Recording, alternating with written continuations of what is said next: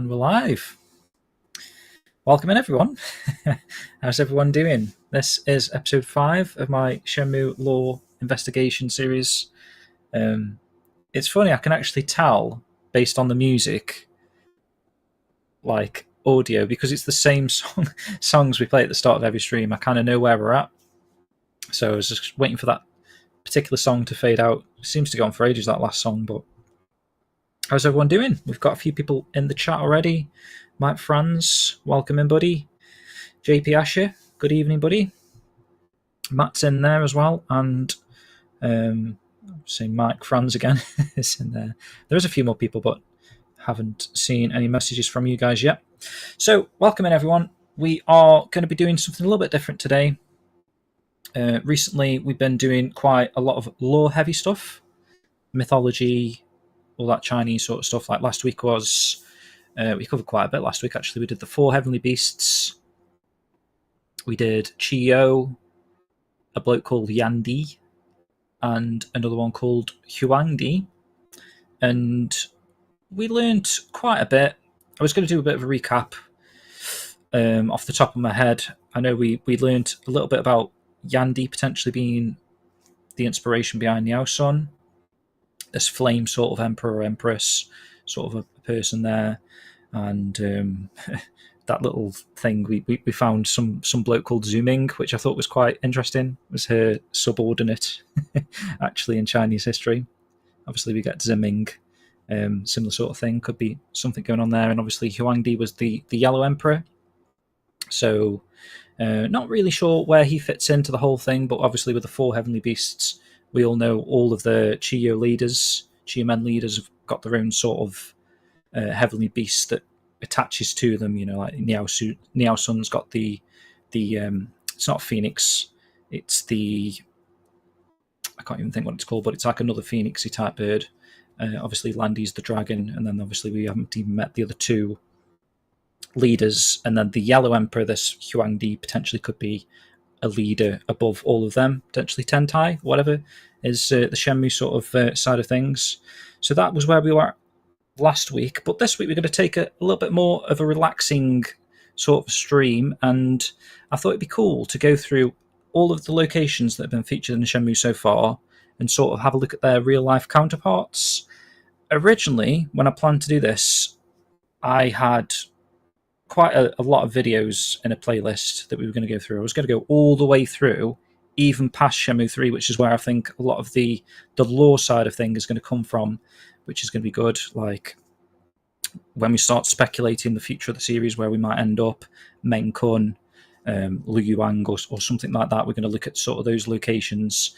But because I want to cover so much, I'm going to actually split this into 2 halves. So the first half, I'm going to try and get through all the way to the end of Shenmue 3 in terms of real-life locations. So obviously, it's going to be more of a relaxed stream. We're going to start off with Yokosuka and just watch a few videos of Dobuita Street and all that sort of stuff. I thought that might be quite fun in general anyway, and we can start to compare specific parts of Shenmue to the real-life locations and just see, obviously, where they got the inspiration from and how accurately represented they are, if that's a word. So I thought we'd start off with this 21-minute video, awesome video, the Dobuita Street visit between Yu Suzuki and Ezra. And this is on the Phantom Riverstone's channel because he's actually got English subtitles, which will make life a lot easier as we go through this. I think this is where we're going to start first. But yeah, welcome in, guys. Retro Godfather, welcome in, buddy. William, Lovering, Yo. And yeah, no worries, Matt. You've got tons of videos on in the pipeline at the moment, Matt. I'm always surprised that you're doing another, but it's really cool to see. Interested to watch that later. But let's get into the stream because we've got loads to get through, and hopefully you'll just sit back and enjoy this sort of stuff with me. It'll be a fun one today. Let's go. And again, audio levels, just let me know if... I may have to turn this up my end, actually.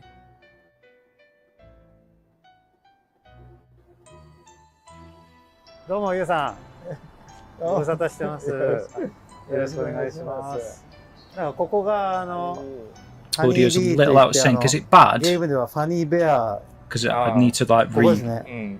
refresh 元にな everything. ってるっていうことなんで、 If it's not too bad, ぜ it's okay. 食べていきませんか。はいはい、お願いします。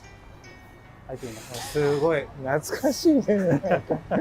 アメリカ So obviously this was from the time of the Shenmue anime ディスプレイが向こうにある感じ event that was going on in Yokosuka on Dobuta Street. 資料展ありますね。 So there's a lot of like Shenmue concept art. If you haven't seen this video, it's awesome, by the way. So we're seeing like actual concept art of the game.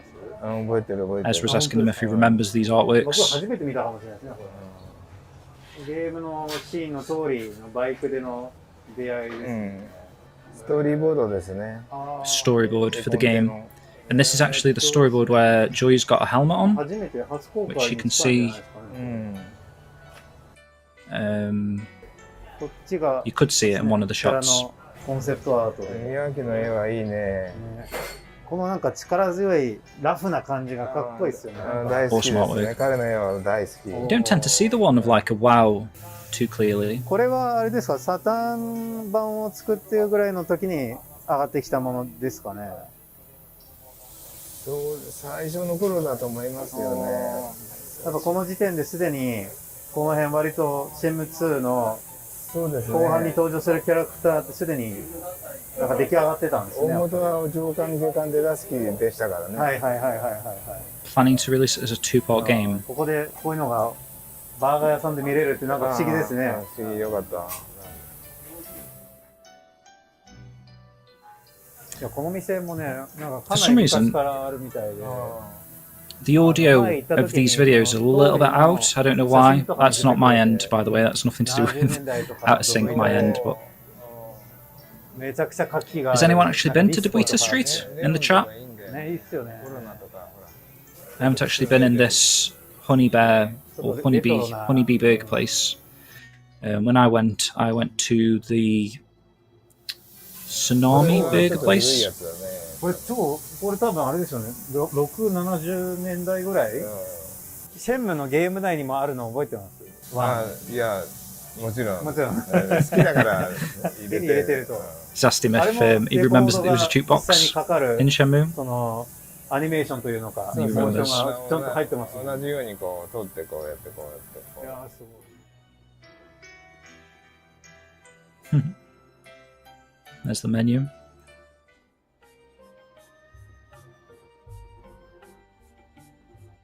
Nice music choice. Oh, you've not seen this video with the subtitles 意外に retro? 見た目はこれ大きすぎるんじゃないかという感じですけど、潰す No big と burgers. まあ食べやすいですよね、それなりに。どうも、ありがとうございました。美味しかったです。 Because this was the anime promotion thing, so you're getting シェンムにゆかりのある店で食 Shenmue べた anime り買い物し postcards. たりすると、アニメ版のポストカードがもらえるみたいです。 Really cool. 乱定、 Hungry now. 一番かっこいいよ。乱定の荒崎。 You Suzuki got Landine, and Ezra got Nozomi. もう僕は癒しを聞きました。正反対聞きましたね。そうですね、本当に Polar opposites. これでもファンの人喜ぶね。喜びますね。やっぱりそのね、本来なら外国から来てもらって、海外のファンあ、そうだもねね。楽しんでほしいですけどね。さっきスカジャンかっこいいの着てた人が歩いてた。歩いてました。うん。ネイビーの服とスカジャンの数はもう横須賀にいるなという。 So these are the streets of Yokosuka. スカジャン扱ってる店多いですもんね。多いですね。ここからね、こう右に入ったところが、うん。 Yeah. なんかシェンムで再現されてる。はいはいはい。 Yeah, so this is actually ドブ板 Dobuta 通り Street. の入り口ですもんね。ここはなんかカンマニアっていう店で、ここもなんかシェンムの資料を置いてるみたいなんで、これだもんね。いやまさにカンマニアらしい入り口で。 Yeah, I think it's pretty cool how all these shops and stuff have got involved in the Shenmue sort of franchise, and そのなんかそのね、最初のゲ you ーム know の they're happy to display these 本当に these amazing その artworks, まま再現という concept art from the anime. あ、これ空手大会だ。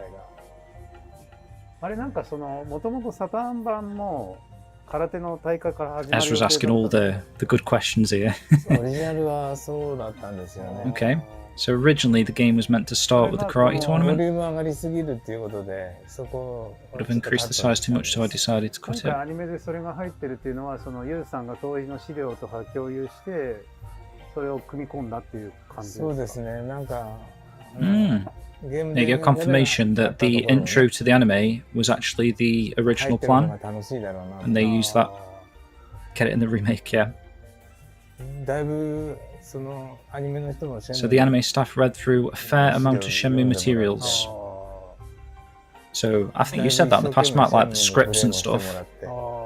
They put a lot of effort to play through the game, so they play through the game.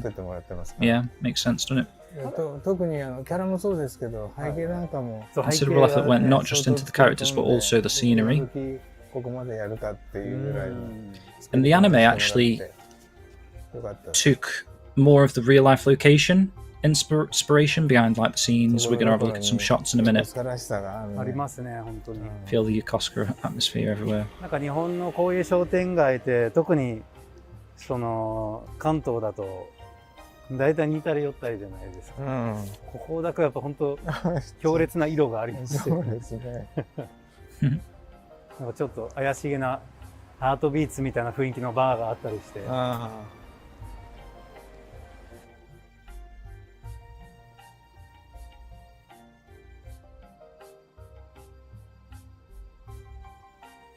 これ There's Nozomi's flower shop.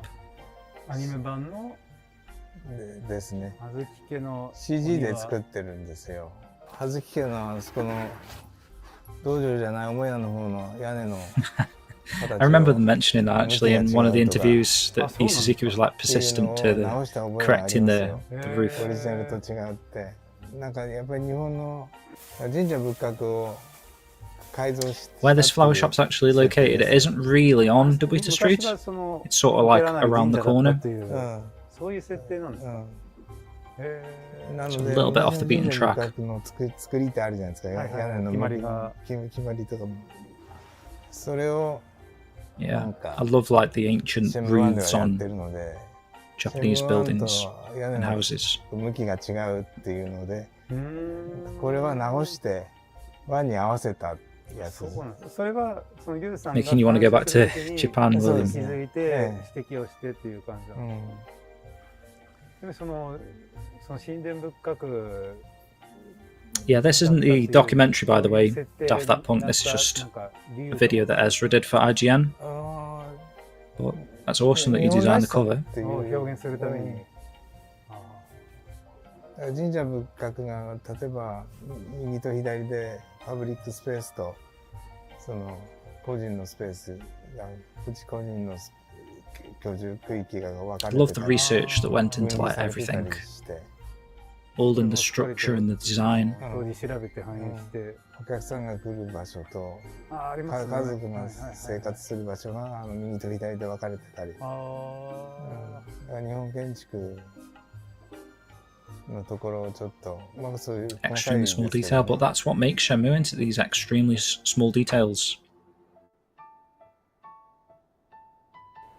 シェンムの海の岩を連れてきました。あ、そうですか。ありがとうございます。 I love these little interactions with the shops. ああ、そうですか。海外の方でもね、言われる方いらっしゃる。 Because obviously to these businesses, these people are just working in these shops 24/7, you know, for the last, what are you saying here, 35 years. 僕35歳です。 And then ever since Shenmue, they've had all these foreigners like taking photos around the shops. なんか当時その取材に来てたとかみたいな。 Do you recall anyone coming to scout this location back in the day? I don't recall if there was for that, but we had a lot of movie shoots and so on here.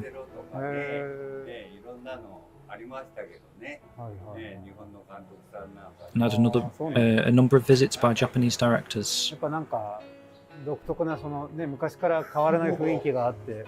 2階なんかもクラシックですからね。2階もあるんですね。そうなんです。2階が飲み屋さんとか。ああ、いいね。ジャズとかそういうような。 Second floor of the flower shop, is he on about? ブルーイングリーンさんなんかはそういうライブなんか毎週毎週やる。 It's good for business though, isn't it, really? Because you're getting these Shenmue fans actually visiting these locations. なかなかいいね。 And especially when those events were on, like, you were encouraged to purchase items and stuff. つかないんです。あ昔はチカチカしてた。 So it's good that, like, a game has なんか helped, こうね、バブルの you know, ギラ with ギラ these した感じが possibly potentially struggling businesses. ーなんかいいお話聞かせて。ねうん味がありますね、やっぱり。うんなんか地元のHey,商店街ならではの。うん。 What we're doing, we're basically just going 35 through 年だよね。 locations from Shenmue, from the Shenmue series, and we're うん just, ちょうど。ちょうど。 I thought, just have a nice little bit relax し and かもあれですよ。 compare the real life locations 35 to 年前ですよ、 Shenmue, 今。 like the inspiration and あ、そう stuff. はいちょうどその時にできたお店と思えば、なんかちょっとね、縁がありますね。そうだよ。 Oh, of course, yeah. So 1987 was when that shop was actually made. Well, I'm assuming 35 years, he これ said. もアニメの方のハートビーツ。ハートビーツの Some more artwork from the anime. Heartbeats Bar. ハートビーツだ。中ですね。うんこの店だって普通になんか今どっかにありそうですね。この辺に。 And you've got all these Sukajan jacket shops, which are really cool. あ、これ30年代後半とかのああ、こういうのがね。 Late 昭和 30s. 11年。このなんか The 11th year of the Showa era. この横須賀の歴史と密接に関わってるらしいですよね。雰囲気ありますよね。昭和11年とか。ね、11は本当まだ日本って感じですね。完全にそうだそうだ。こう20ぐらいのやつになってくると、ちょっとねお土産屋さんとかあって、アメリカの影響が入ってきて、うん船員がなんか力車に乗ってますね。あれ Sailors. そうだな、ちょっとやっていくかっていうの寮のセリフですね。そのまま。 And this was like part of the event that was an online gachapon おお、ガチャ回してる。やってる。 that unfortunately isn't available anymore, but luckily we managed to save all these images. お、かっこいいじゃないですか、寮と気象。 Rio and Guizhang.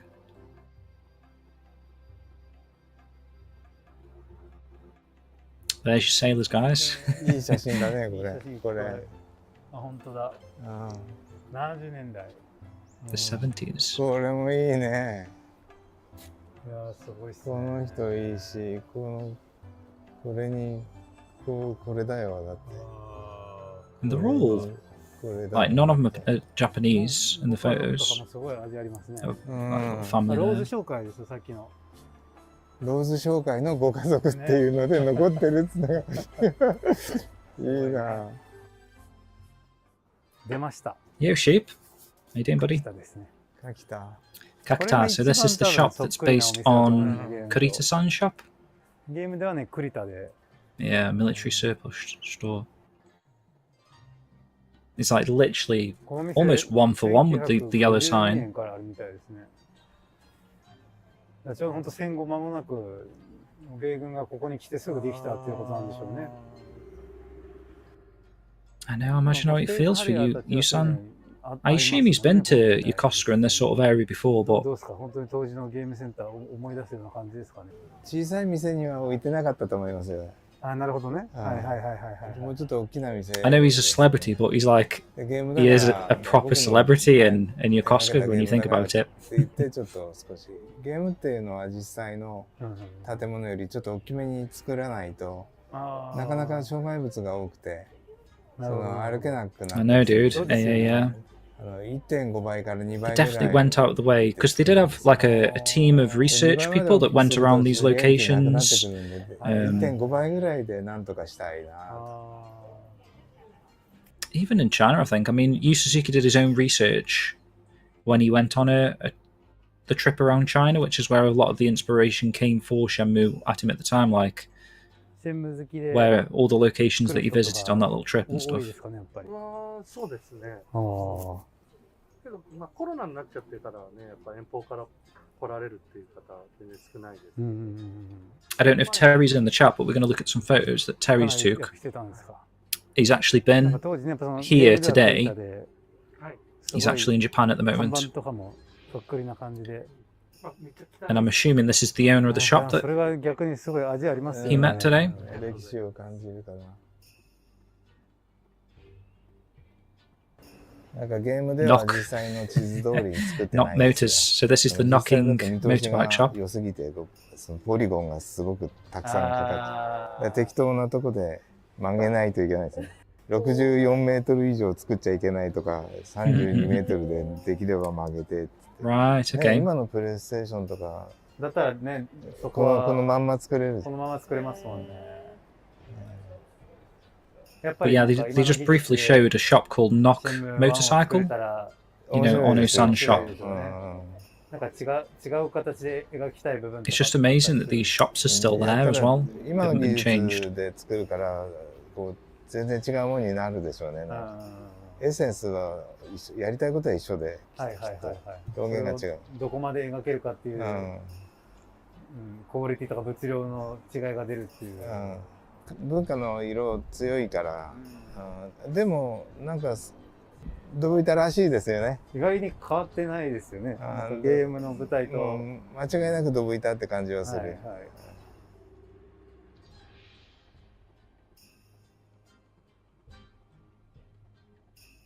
This is another jacket shop, 開 I 発 think. 中のステージレンダリング画像。こ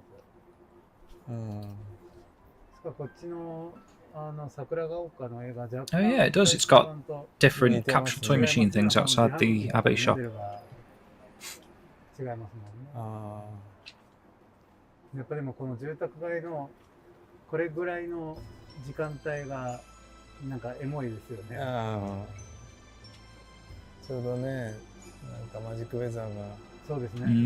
Magic weather with this, while the 安倍商店、ゲームでは安倍 gorgeous 商 sunrise. 商店になってたり。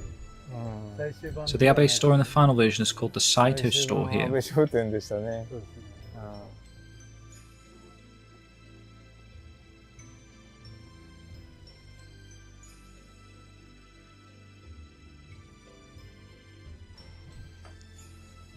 これがこの Visiting a shrine here. また残ってると、すごいそこの中。入ってもいいか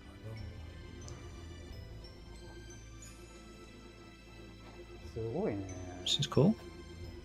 I don't know where this こ is. れもだってこれいつからぶら下がってるんだろうっていう感じですよね。そうですよね。多分ユウさん取材に来てる時からぶら下がってるんじゃないですかこれ。な。昔からあったんじゃないかな。70、80働き盛り。今からですね、私が。ユウさんまだまだいけるということですね。 That's nice. 78 is the peak age. 間に入ってるってもうすごいね。ねこれは残るでしょうからいつの時代もね。これ当時も見た覚えがあるんですか。なんか。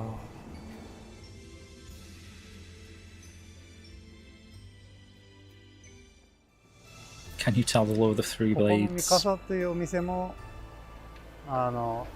ミカさん、ゲームがモデルにしてる店の一つですね。 Mikasa. Yeah, this is the これがゲームの方の東京、 this is the jacket shop that did the anime コン pouches. セプトアートですかね。そうですね。 Look at that mirror concept こ art. こが Sick. できたのはどのぐらいの段階だったんですか。もう鏡が What stage were these made? So the mirrors were central to the story from the beginning, weren't they? 構成にあったんですか。最初は多分長 I don't think they were initially part of it. 途中でできてきたんだ I と think 思 they い were ます。 added along the way. It's でも interesting. 今回のためにこれを限定品として販売するのも素敵ですね。本物の刺 Pouches 繍 are って感 lovely. じですね。なんか手作りの感じ。そうですね。でもスマホというかあれですね、Yeah. 小さめのタブレットとかだとちょうど Nintendo いいですね。Switch ニン pouch. テンドースイッチとかね。ドリームキャストは難しいですね。ちょっとお話を聞いてもいいですか。シェンムのことはもちろんご存知で、当時のことってなんか記憶にあったりします？なんか取材に来てたとかみたいな。はい、そうですね。この Okay. So this owner remembers a scout visiting in the early planning stages of the game. だと思うんですけど、セガの方が Someone from Sega came here. いらして、ドブ板の、They were looking for videos or other material about dipicted. でうちの方で、まあ、そんな大したもんじゃない Wasn't much, but we did provide them with some VHS footage. 提供したこともしかしたら90この方だったかもしれない。年代ですね。いやでもなんかやっぱそ It's の nice, isn't it? 生みの親としてその自分が20何年前に作ったゲームの影響でこの街のあっちこっちに Yeah, I 今 love the なんか pouches. いろいろ置かれてたりしてるのを And 見 for る them と to be handmade as well is like quite special. いやなんか嬉しいですよ。面白いですね。なんかいつもと違うことが起きているっていう。そうですよね。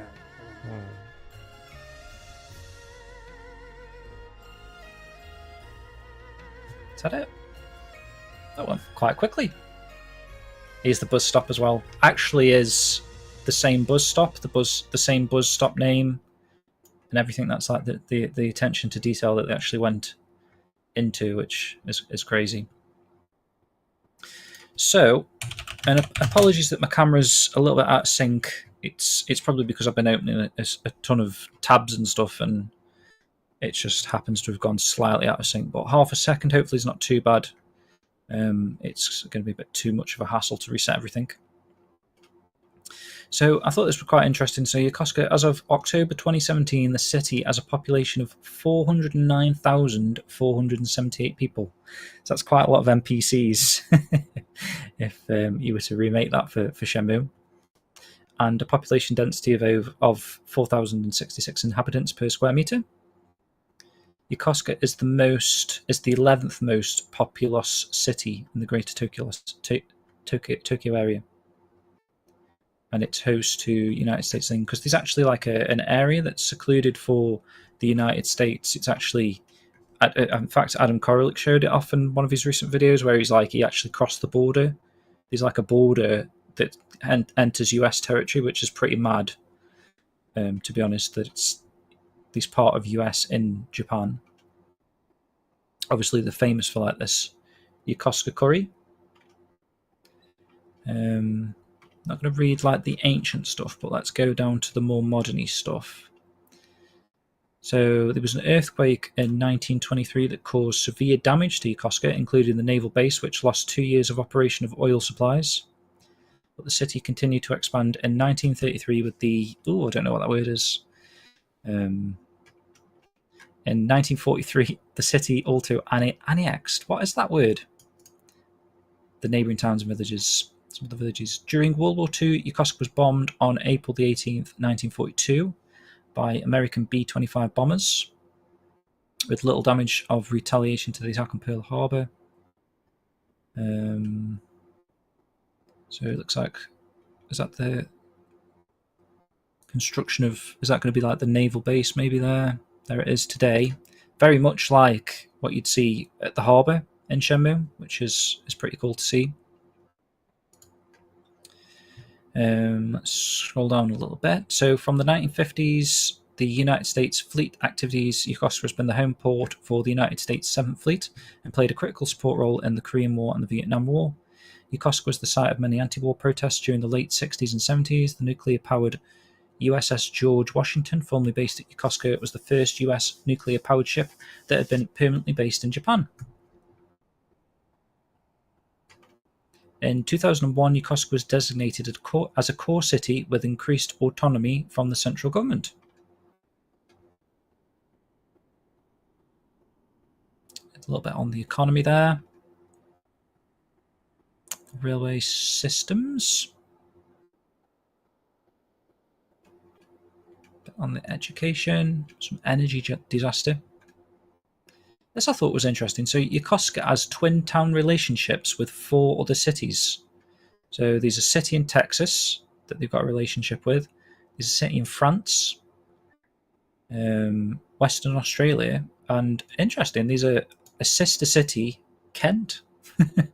Medway in Kent apparently is a sister city to Yokosuka. I don't know if anyone knows anything about that location. Let's have a quick look actually. Why is that? What does it mean, sister city? Sister city relationship? Does anyone know what that means for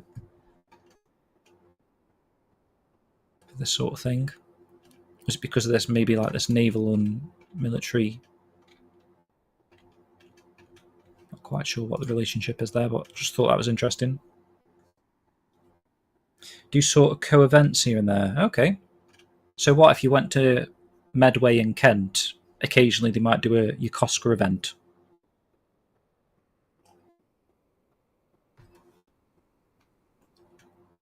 Some local attractions.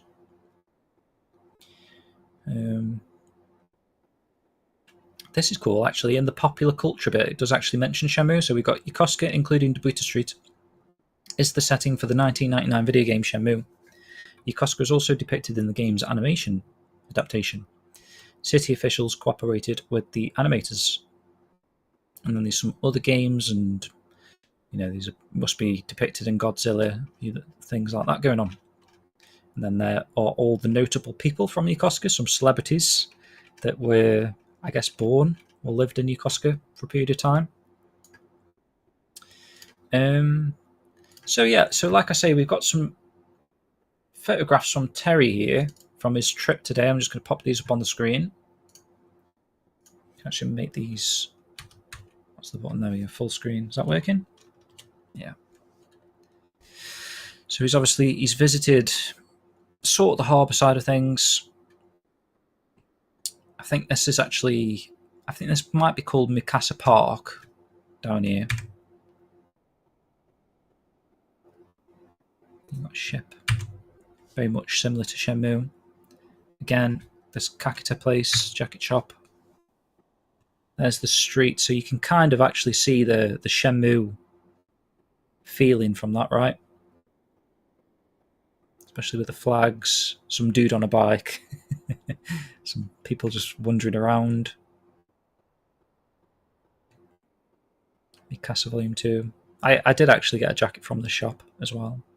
Really cool shop. Okay, just took a photo of a vending machine for obvious reasons. There's your Yokosuka, Dobuta Street flag. A parking lot there to train in. Can kind of... Well, it does look quite similar actually to the one in the game.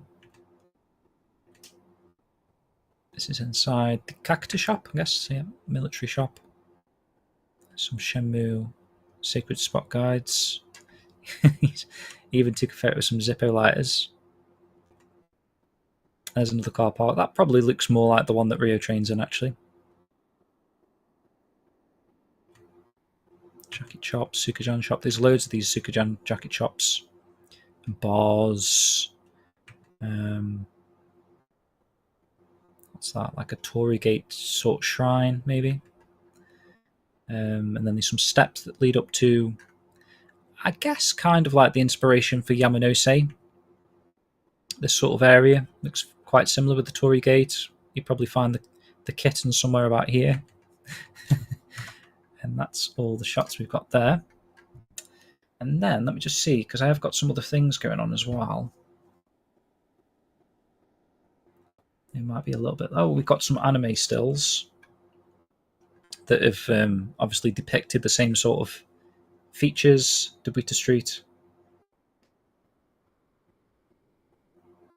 I think that one's of the same sort of street that we've just seen.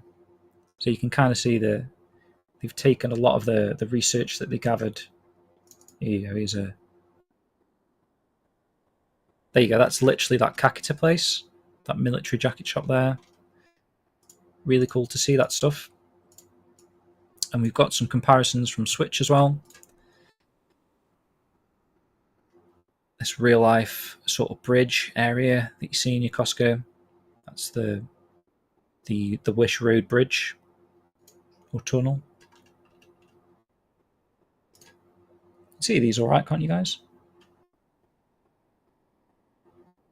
It's mad. It's like this is hand-drawn artwork, but it looks so photographic, doesn't it?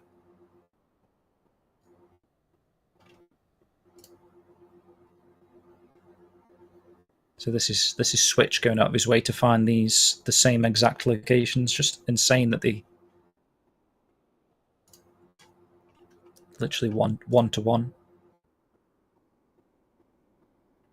There you go. He's pointing out the jacket shop that we've just seen. Suzuki just went inside. And then some of the stuff that you probably don't tend to see actually in the Yokosuka Arena Stadium. So that obviously that was where the karate tournament was set at the start of the anime. It's cool to see like literally how similar that is. You know, obviously you got the blue floor here, but they've literally done it 1-to-1 almost, which is quite cool to see. We've got some Shenmue 2 stuff there that we'll get into in a little bit.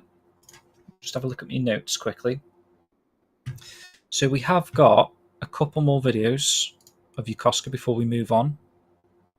Just got to find out which. Put that to one side now. I have got this. I'm not sure if we're just going to be covering the same sort of ground. Let me just double check this. Oh, okay, so this had a little bit of the harbour, which I thought would be quite interesting to see that as well. Hopefully I'm not neglecting you guys. Hang on. I know I've got a lot to get through, so I don't want to take too long on this, on the Dobuita stuff. And it's really hot in this room tonight. So where I am, we're linked with a town in France. Okay, schools do exchanges. That's interesting. Good evening, Abdullah. Welcome in, buddy. The closeness is crazy, isn't it, Retro? Enjoy what I've put together here. So the reason I came down to Yokosuka... just a little bit of background, and we'll give this guy a shout out. So this is the restart button. He's done a bit of a Dobuita street tour. Really cool video, actually. I know there's loads of people that have done these Dobuita Street Shenmue sort of pilgrimage videos, but this one I thought was quite nice because it does show off the harbour quite nicely. Here we can see this is not quite the harbour. The harbour is actually on the other side of these buildings. You can see here, this is actually the naval area. It was to meet a customer, and she had a store on Dobuita Street. So yeah, I just came to meet her. In this clip here, you can see the Dobuita Street sign. And I wasn't really paying attention when I made this video. I was trying to show you down the street here, but I was very conscious of people walking around me, and I didn't want to get people on camera. So you definitely get the Dobuita Street vibes. If you've not been, so it is bucket list material. I think it's called MJQ Jazz Bar, where you meet the sailors and play billiards with them. I kind of got that vibes from this bar here. And this is the famous Tom and Jack. Everybody takes this. Although it's got nothing to do with Shenmue, it's got Tom in it. And they don't sell hot dogs, but everybody takes this video, so I just thought I would share that with you on this one. And here we're just looking down Dobuita Street, and this jacket store on the right kind of gives some Water Dragons feel, but there's no guy with purple hair running that store. Just standing still, like videoing a road. End of Dobuita Street, looking back down it from where just that the way last video was. The people walking around on bikes and stuff. It is from Shenmue.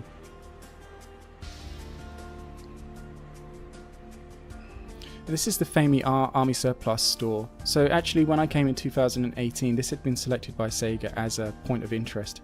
And is his name Ono-san, the guy in the orange camo? They had a standee of him standing outside, which you can see in this photo here. And the guy actually running this store had some little promotional Shenmue like beer mats that he would give away. If you made a purchase, he could give you one. I think there's about 5 that you could choose from. And this is one of the many car parks, which the reason I took a picture of this one was because it's actually kind of in the same location as the one from the game. But the real life Dobuita Street is just straight. It doesn't hook round like in the game. And this is a path that looks like it's going up into Yamanose, but actually you can definitely see the resemblance there as well. Here, and it's a residential area, but it doesn't lead to where you think it's going to from the game.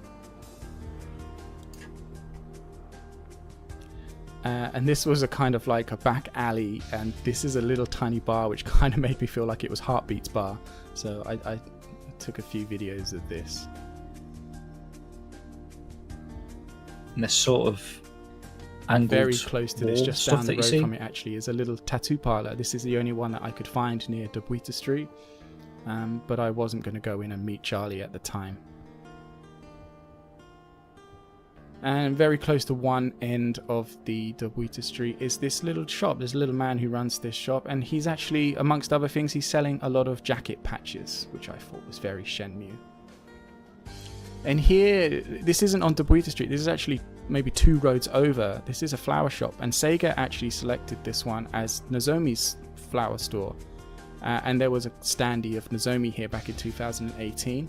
And I'm about to share a picture right here of me and Nozomi outside. I wonder where these standees are now, man.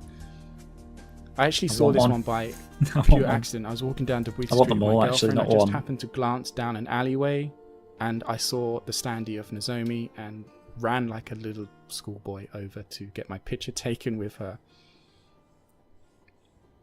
And this is the Yamanose Shrine. At least this is what Sega said on the tour guide. Where Megumi and her kitten are. As you can see, in real life, it's actually a lot bigger than in the game. And for the tour in 2018, this was actually the last location that the map led you to, and you could actually get a stamp from here for Shenmue, and on your guide map there was a little area, and you could stamp the area with the Shenmue, which you can see right here. That's the stamp, and this is the guide and the tour. And this actual building on the right has actually been knocked down. When I went back for my work, it's like Hazuki Residence vibes. And here you can see the stamp on the bottom right corner. That's the limited stamp that you could get alongside the map and the beer mat that I got. So from the trusting as well, aren't they? Like, that's just literally something you can just pick up. And in the Naval Museum on Dobuita no one Street, ran off with it. You could get Rio and him driving the forklift. You could actually get your picture taken in the face in the hole there. Sorry, that picture wasn't very good, but this one of Rio's actually got a signing on it, but I can't work out who it's supposed to be. But yeah.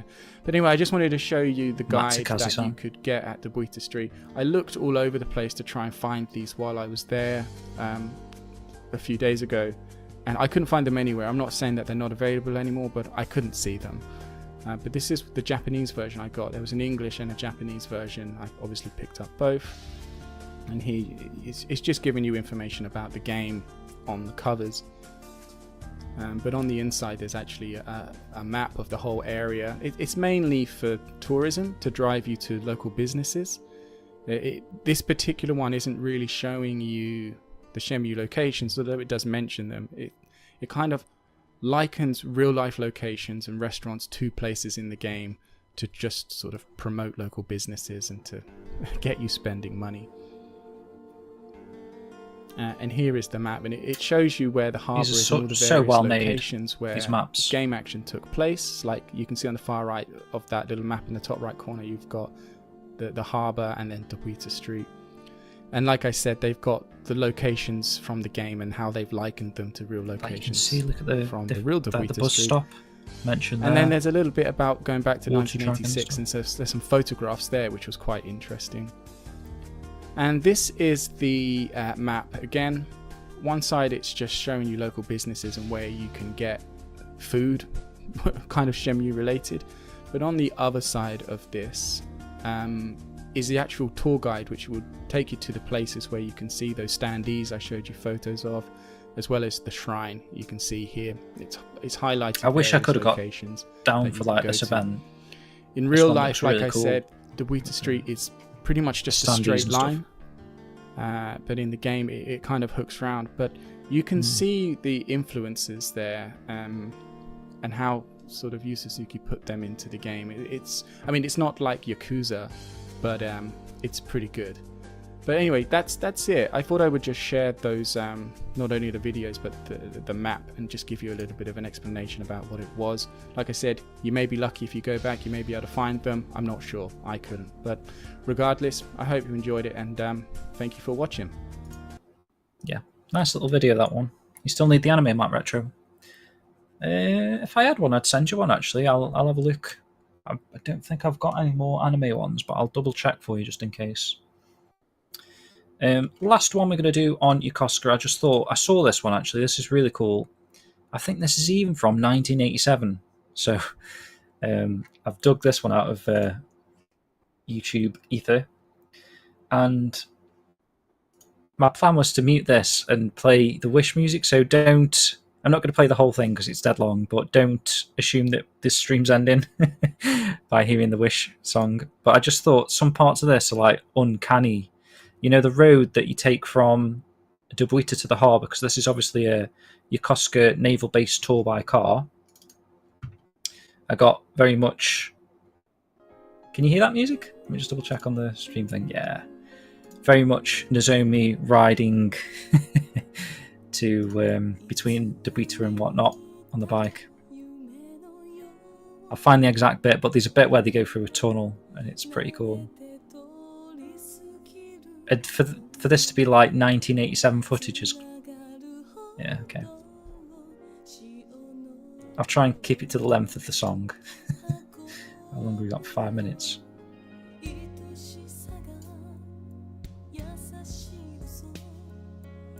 Hey, Peter Wilson, by the way. How you doing, buddy? I mean, it's probably just typical Japan roads and stuff, but just the way the roads look, with the lines, perfect white lines, and the road signs. And the types of vehicle as well. Obviously, I don't know if those are still quite common, but they did actually do 1987 sort of era-looking vehicles. There was a buzz, big buzz. And you've seen the sort of warehouse buildings as well that look very similar. Yeah, rice twice. You're missing one of the anime postcards. Well, 2. Oh yeah. Look at this. It's like proper... This isn't the Wish Tunnel, but we do get to the Wish Tunnel in a minute.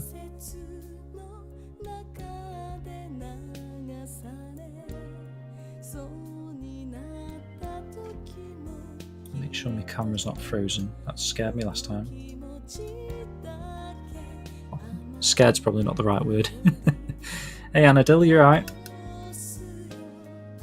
Bit of a gantry crane there.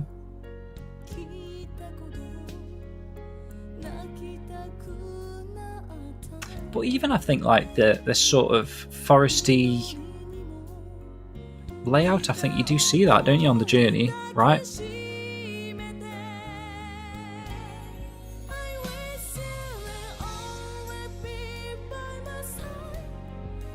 Here you go, he's the Wish Tunnel.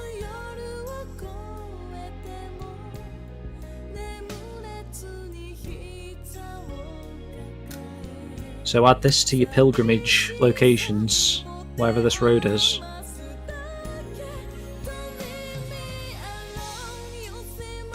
That's good to hear.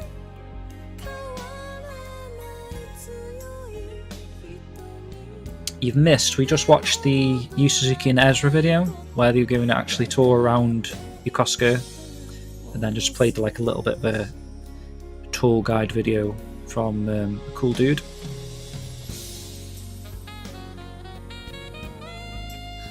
This music actually fits so well. This footage. I'm doing alright, thank you.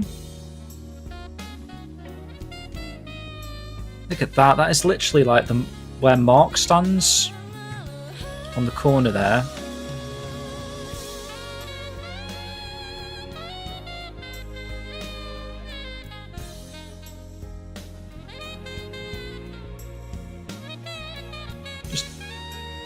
Doesn't it look like Shenmue?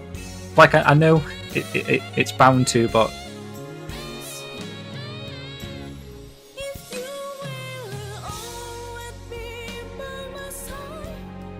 And this type of, like, military ships that you would see in Shenmue as well.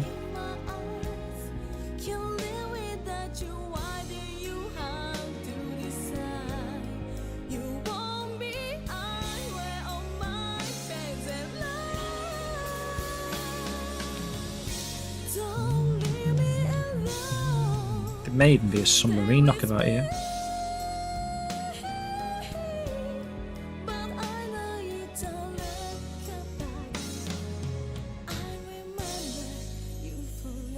The sky there.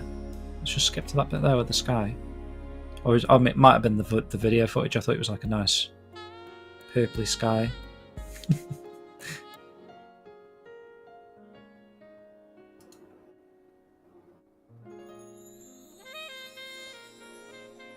There is an island, and you can actually see the island if you look over the harbour sort of direction in Shenmue. You can see like the faint outline of an island. Stop that. But yeah, I thought that was quite cool and a little interesting thing. Certainly does look like Shenmue, of course. It's just so awesome. Right, so we're going to move into Shenmue 2 territory next. And because I'm trying to sort of keep the Shenmue themes going, we're going to start off with the introduction to Shenmue, because the video I found for Hong Kong is actually pretty cool, pretty uncanny. We're doing okay for time. So yeah, so it's 10 to 10.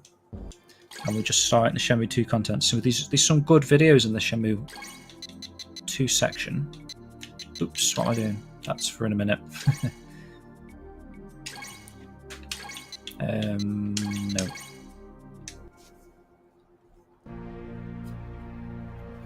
Welcome in, Mr. Superman Rocks. So take a note of the style of boat that you're seeing here from the game. And the actual city skyline. Your low-flying plane as well.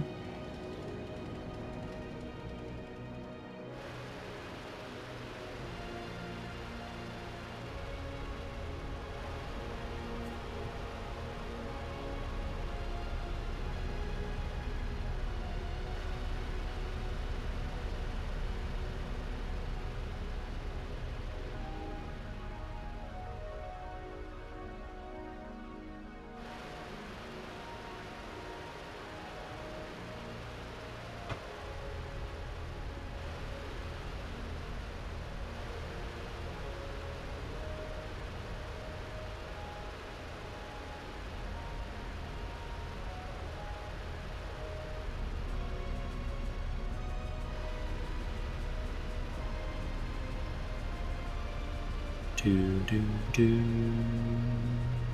do do do do do. I think it's a bit glitchy because of the widescreen hack we've got going on here.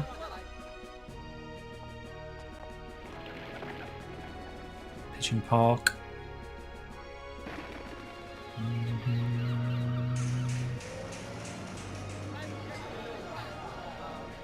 This sort of signage.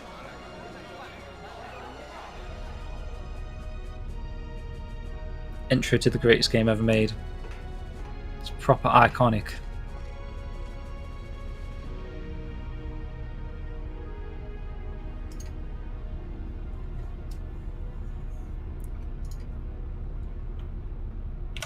There we go. So what today's subject is the real life location from the Shenmue games. So basically I'm going to call this part 1, today's episode, and we're going to cover everything, or I'm going to try and cover everything up until the end of Shenmue 3, and then next time we're going to do part 2 where we're going to like proper investigate locations from the future of the series potentially. So the reason why I showed you the intro to that is just to get you sort of your brain in that sort of Shenmue mode as well, so you can remember how stuff looks in the game, but also some of the footage I found.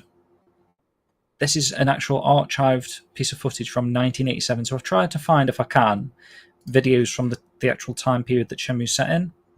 And this is such a cool video, actually. So we'll go through this and try and make some comparisons to the actual real-life Hong Kong.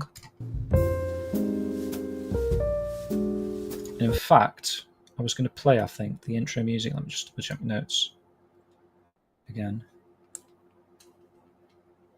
No, I wasn't.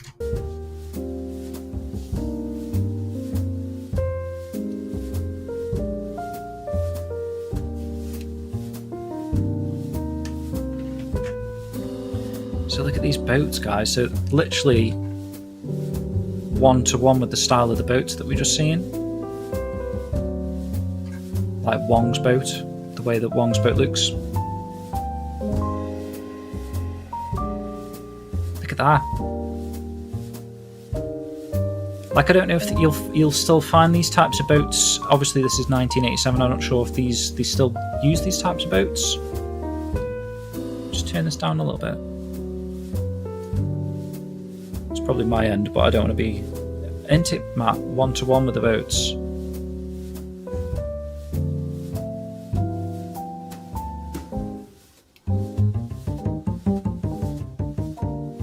And I'm lucky I kind of found this footage, this 1987 footage, because it's like, this is what they would have been trying to base Hong Kong.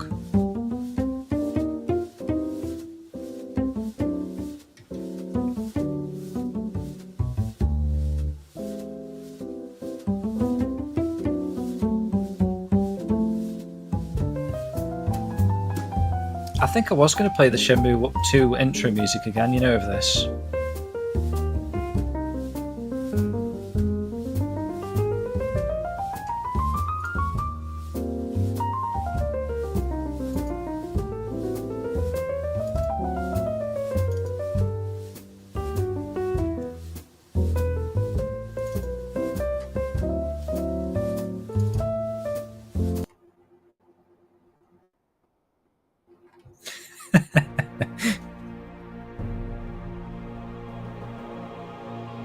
I don't remember that in Shenmue, by the way. A floating restaurant.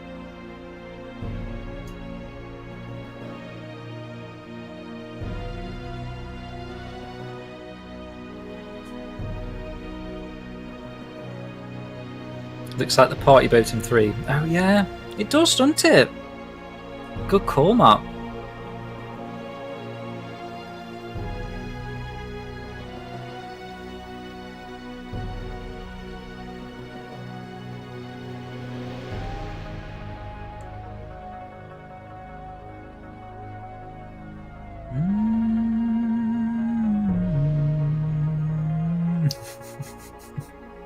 Little fat kid.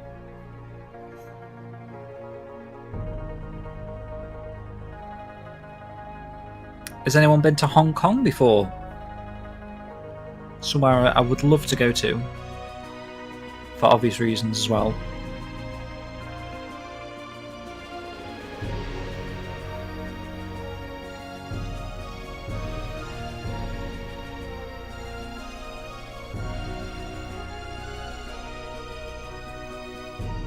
But you can also see the inspiration with these tall skyscrapers, like the white buildings that they have had on the like the Aberdeen docks.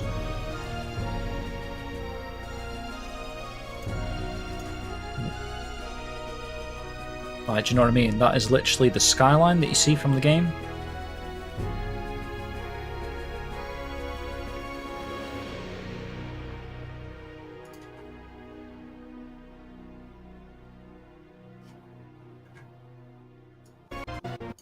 Play that again.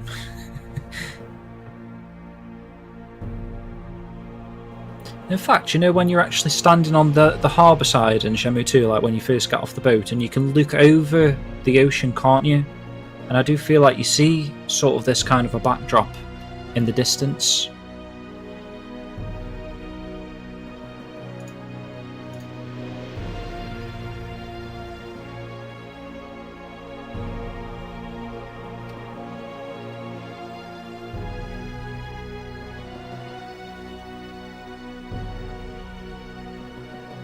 Obviously, I'm guessing he's overlooking Hong Kong. This looks like the King's Road. It's good again that this is the 1987 footage, because the cars and everything that you see passing Rio are based on these sort of buses. You see a lot of these types of buses and trucks and stuff that pass under, pass under the bridge, don't they, that Rio walks over.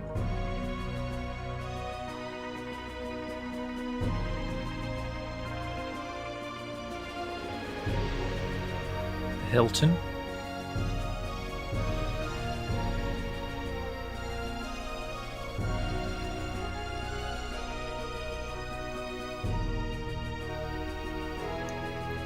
Pigeon Park, maybe, or Golden Quarter. Inspired.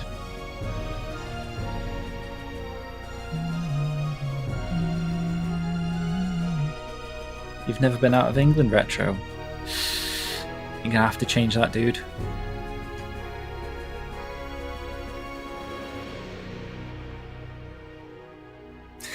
No lemon into it.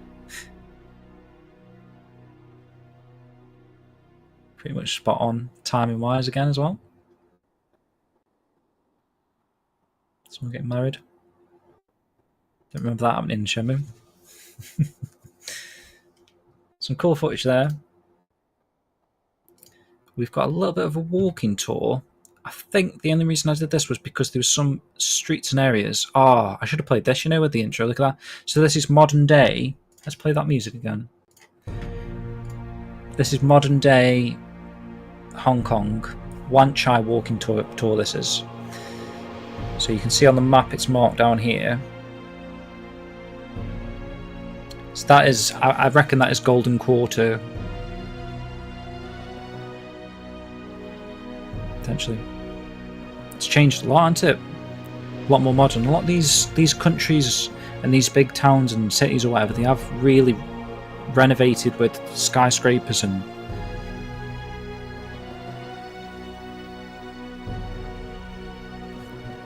you can still see the sort of apartment blocks influences. I think that's a bakery, I think it says somewhere. Well, that's like the introduction, that's the highlights. So that is the skyline that you're currently seeing in Hong Kong. Let me maximise this, sorry guys. Should have done that. It's a ferry ride. Gives off a lot of Shenmue vibes, despite how modern that looks these days.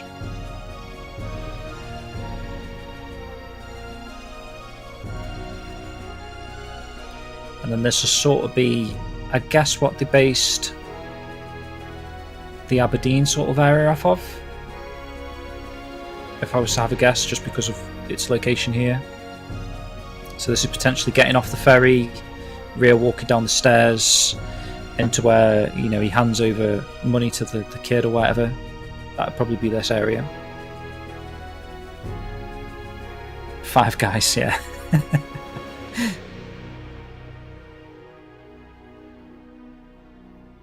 What sort of music have we got here, actually?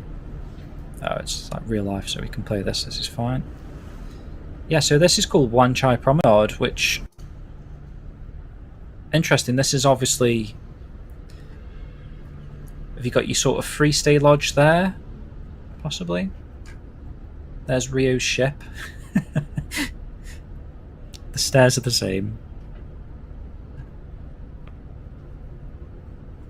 Possibly, yeah. I think that's what I was suggesting there. So you get off the ferry there, and then you walk down the stairs into this sort of this pier area. It's got a name, hasn't it? What is this area called in the game? You know, the place with Free State Lodge. I always forget the name of that before you get on to is it Fortune's Pier?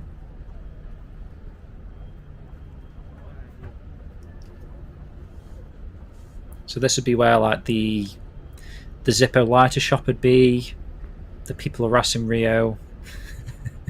Probably.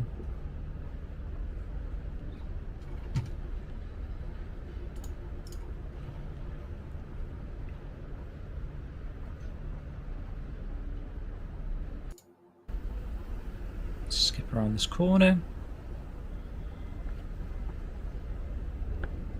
I'm trying to find something that's very much... I know in the anime there's like a police station, wasn't there, that was sort of... possibly there? This kind of a building? From memory. A bit more of the Wan Chai Promenade. So this is potentially like your Pigeon Park sort of area, where you can like actually look over and see. You can definitely see, you see skyscrapers the other side of the, you know, when you're in, yeah, Workers' Pier or whatever, when you actually look over, you do see a skyline, I'm sure, like that.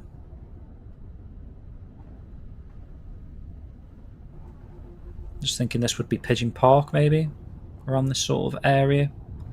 If I had to guess. I haven't actually been here, so this is the streets of Wanchai.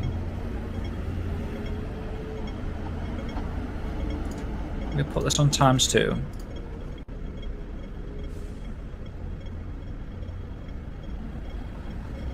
So this looks very much Golden Quarter. The big... It may even be like the other side of the road of Golden Quarter. Or possibly, I don't know. I could just be making all of this up. But I know there's actually a famous hotel that Paddy was telling me about that is the inspiration behind one of the hotels that you see over the road with the flags outside.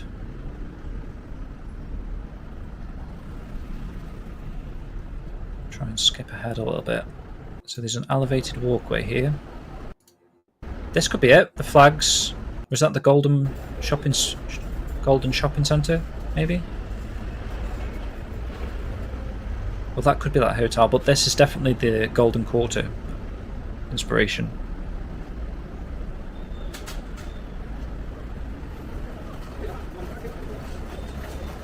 There you go. He's actually going inside.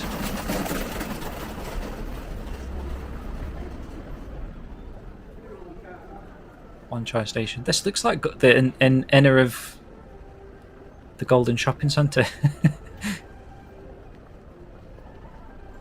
A little bit. Right, guys.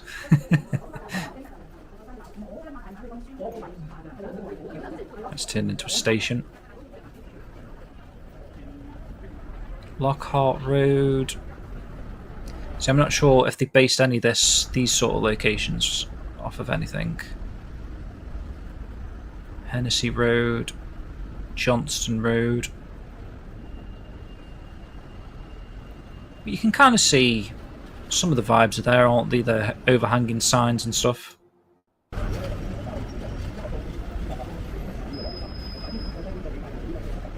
This is just very, very much modern day. Pawn shop here, apparently. Wu Chong Pawn Shop, right next to Five Guys.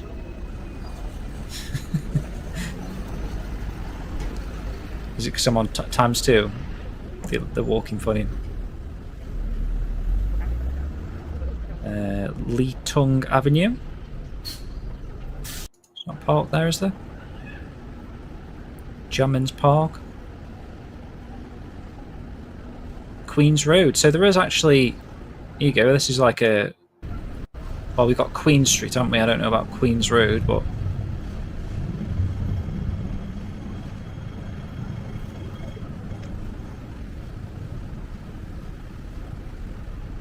Doesn't really resemble our Queen Street, because that's like very much European looking style buildings. The old Wanchai Post Office. Queen's Road East.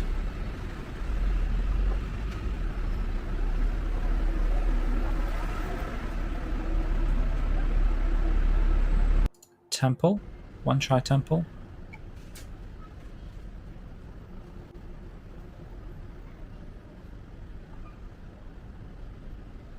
Bit more Queen's Road. Can't see anything that's super similar. Star Street.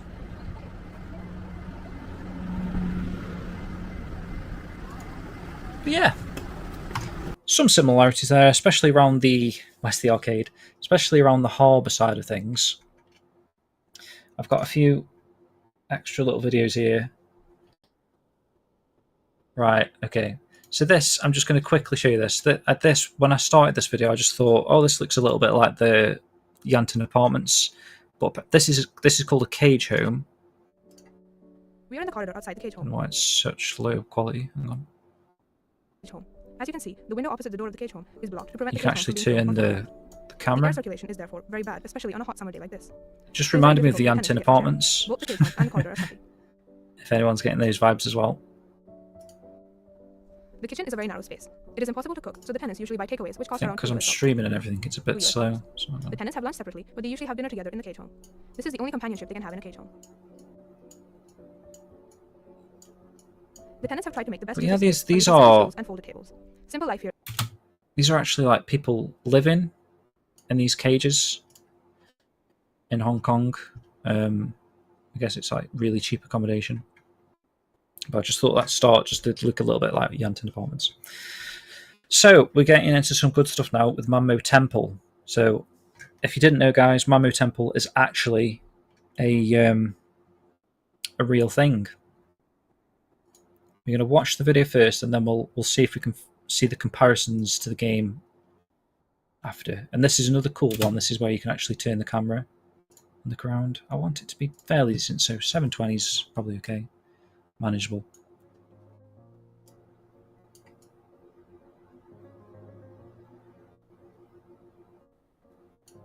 There are 11 plaques in the temple, most of which were donated by local leaders and members of the community.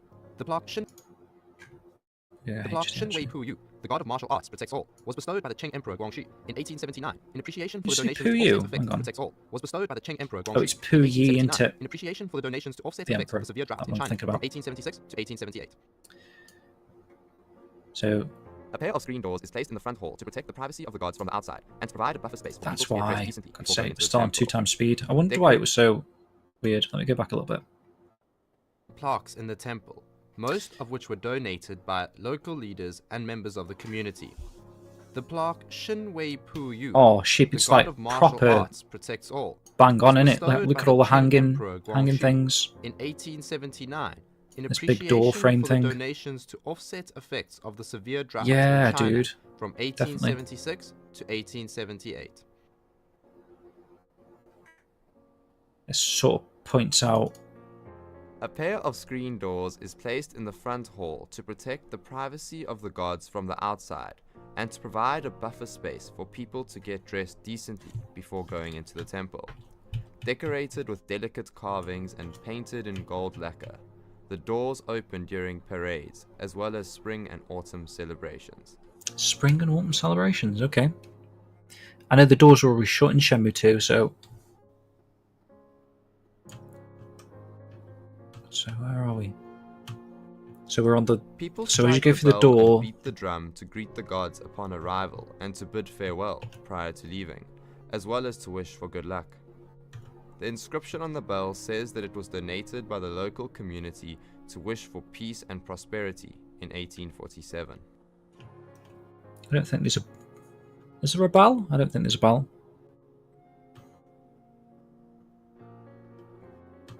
Look at the hanging things. Are they incense? This taller Oh, censer they might is for be. the god of literature and god of war, and holds Where were they large incense sticks. That holds incense. Yeah, I think those have got like messages This smaller that people censer write. is for the hanging up. Momo Temple, and it holds large incense sticks. Where were they coming? There are two types of incense pagodas available in Okay. the temple. They are A small incense. one lasts for 7 days, while a large one 2 weeks.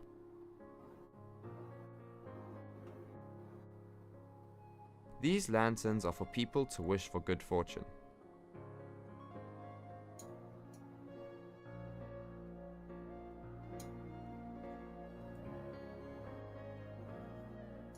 Four subsidiary gods stand solemnly with mighty faces to guard the altar, namely Quan Ping, Chao Chun, Cheng Sin, and Wang Ling Kun. And the other two.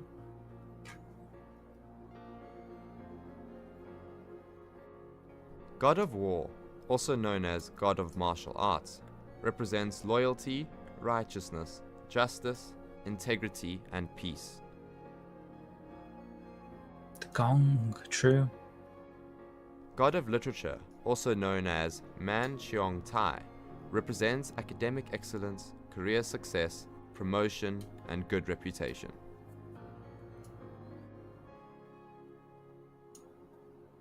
A dragon crescent blade. The brass blade is for people to touch and to wish for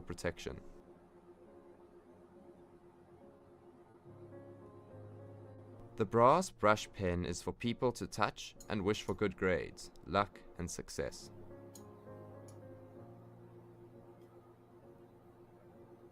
Red ribbons are supplications for the god of war for good fortune, good business, and protection. It's outside. God of War. Green ribbons are for supplicating the god of literature for good grades, good health, and promotion.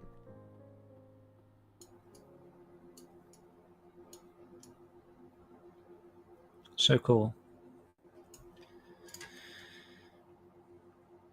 Oops. Let's stop that a second. So yeah, we're going to just briefly have a quick look in Shenmue 2. Just have a quick look at the Momo Temple.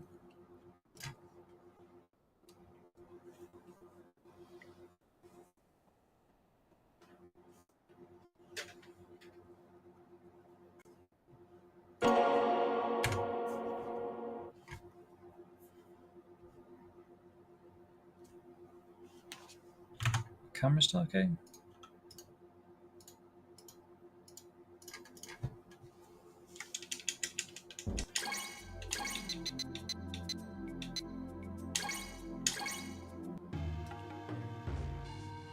This is all the prep work I've done for this show.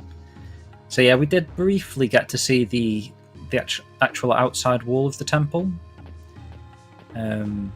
Just in that video, it did skip forward quite quick. That was my bad, actually.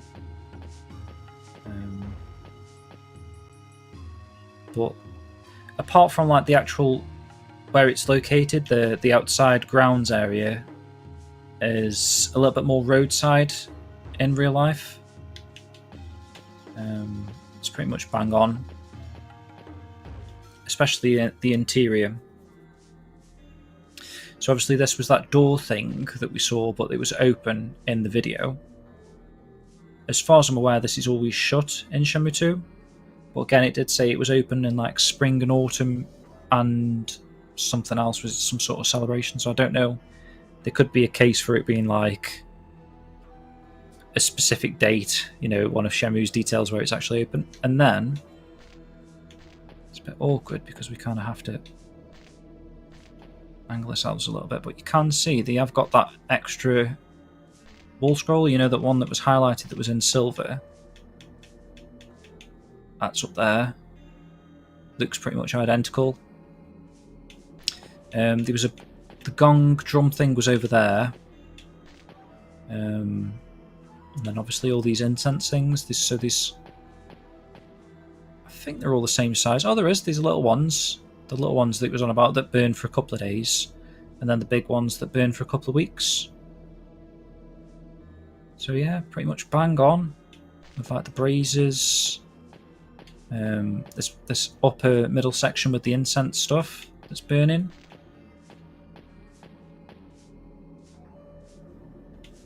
And then you've got, oh, there it is. There's the drum and the bell.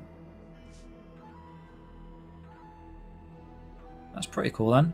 And then you've got all these figures that it was showing and talking about who these. So there was 4 of them. So there's 2 there and 2 this side. Oh, there's 3 this side actually. There's a dude with a red face there. Never noticed that before. And then you've got some additional ones.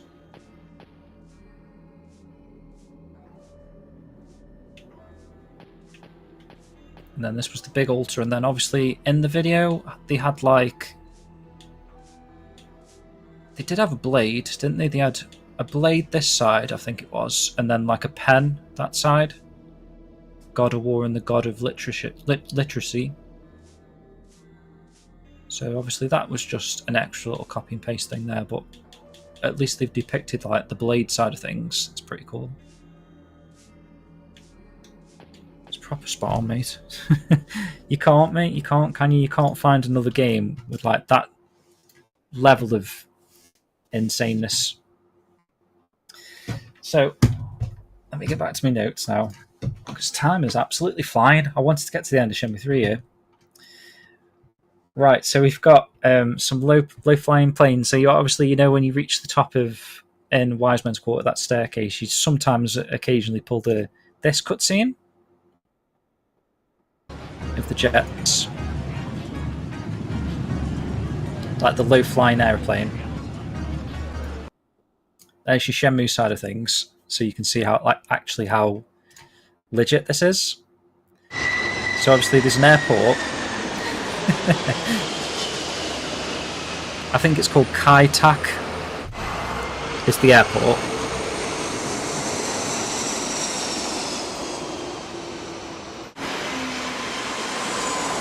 It's literally even the camera pan that this bloke's doing with his camera.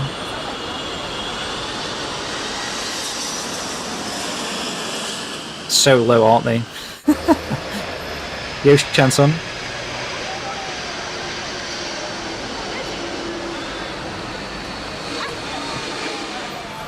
Holy cow.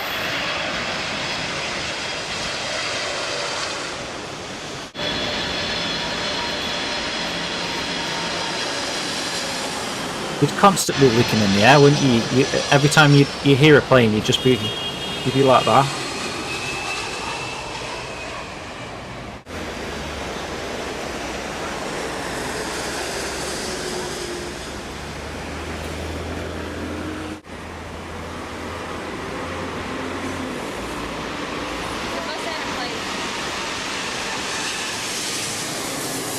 Mental. Absolutely mental.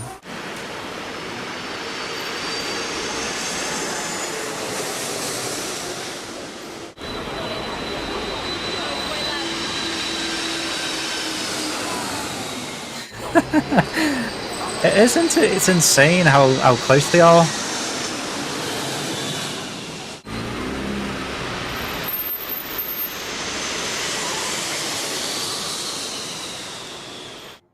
But I love that stuff. That's pretty cool.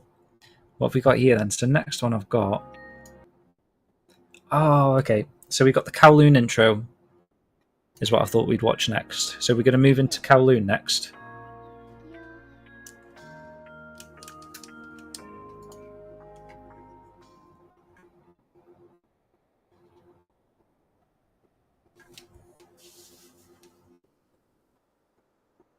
No, Blair. Does that airport still exist? I feel like I remember hearing it got knocked down, but I'm not 100% on that.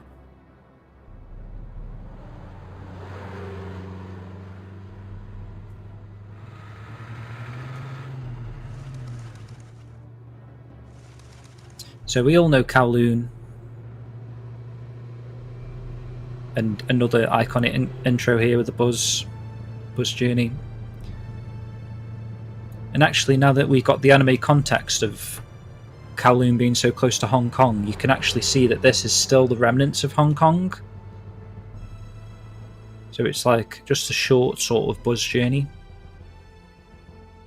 Not as far as away that it felt like it was in Shenmue.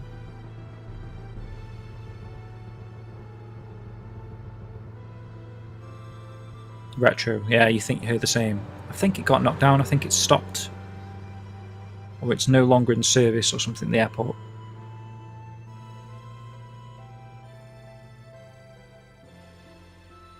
When this cutscene's finished, I'll have a little Google.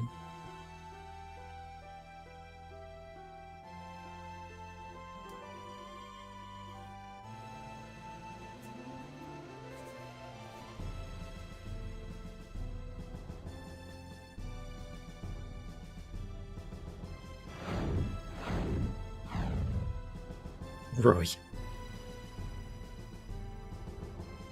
Look, you can actually see the arena that Rio... Oh crap, I forgot. Sorry, that's my bad. I thought I was going back a couple of seconds rather than a couple of minutes. You can actually see the arena with the wrestler. Greg Moore.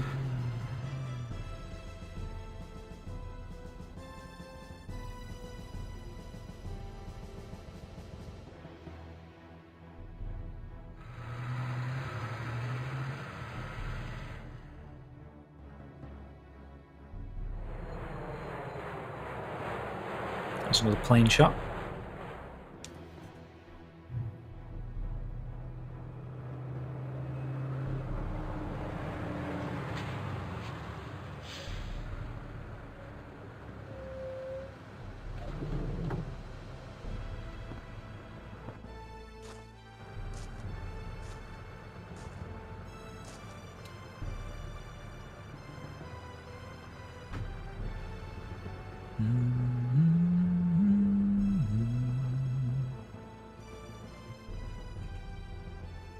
obviously we get to Dragon Street, and it takes it from there, really. So let's have a quick Google. So Kai Tak Airport.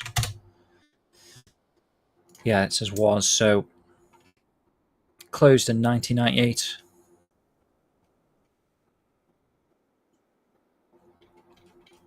Why did it close? Let's see.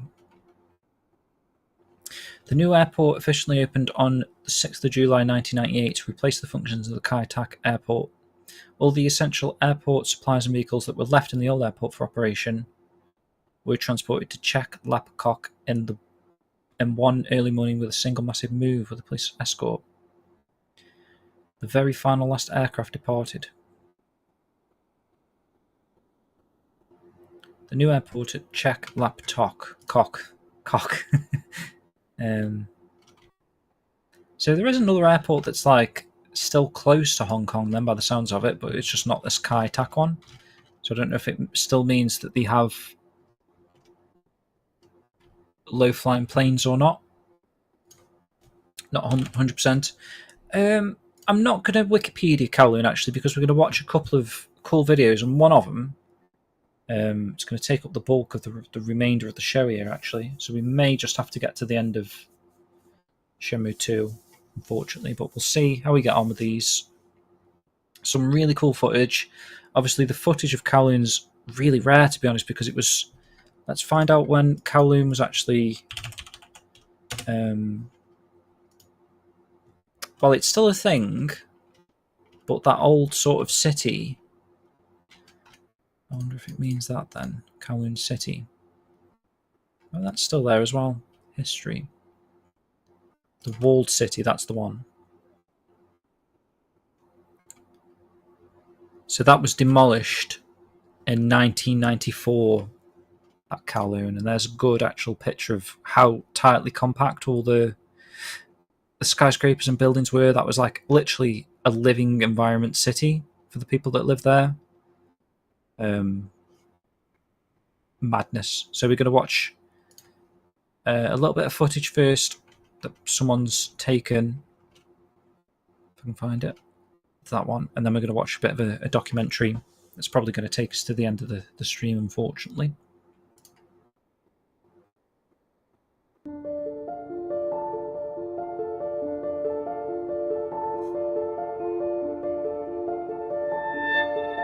Yeah, the Walled City, yeah. It's a park now. I think there is like a memorial thing, because Paddy took some photos for me that were like... I think they've got like a model of how the layout of this stuff was actually back in the day. 2.7 hectare site was completely unplanned. How did they not have any planning when they were building it? In Cantonese, it was known as the City of Darkness. I've got a really good picture book actually, like photographs of called, I think that might be called the City of Darkness or something. Dripping wet walls, the bleak glow of light through factory fumes. Look how crazy that is, just shit dripping everywhere.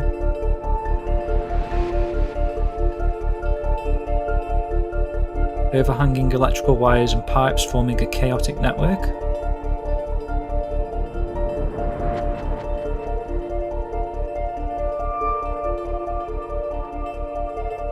Yan Street. It's mad that they actually named streets around these skyscrapers. Here you couldn't find Chinese shopkeepers, faith healers and self-taught dentists. So that's why everyone's got like buck teeth. Even the dentist has got buck teeth in Kowloon. On upper levels was a network of staircases and passageways. So you can actually see, you know, like the staircases, the stairwells that you would find in Shenmue, like Yellowhead. All these floors full of drugs and crime, yeah. Residents could travel across the city without ever touching... Oh, I missed that last word.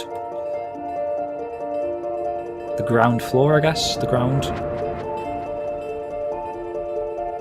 It also housed criminals, opium parlours, whorehouses and gambling dens.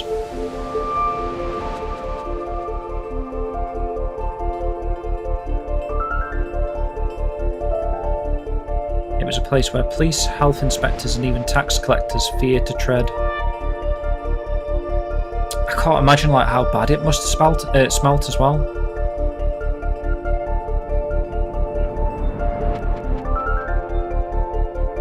Most residents were not involved in any crime.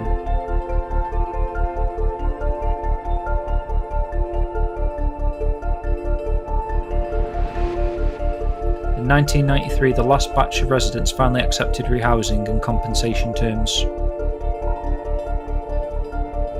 and demolition began.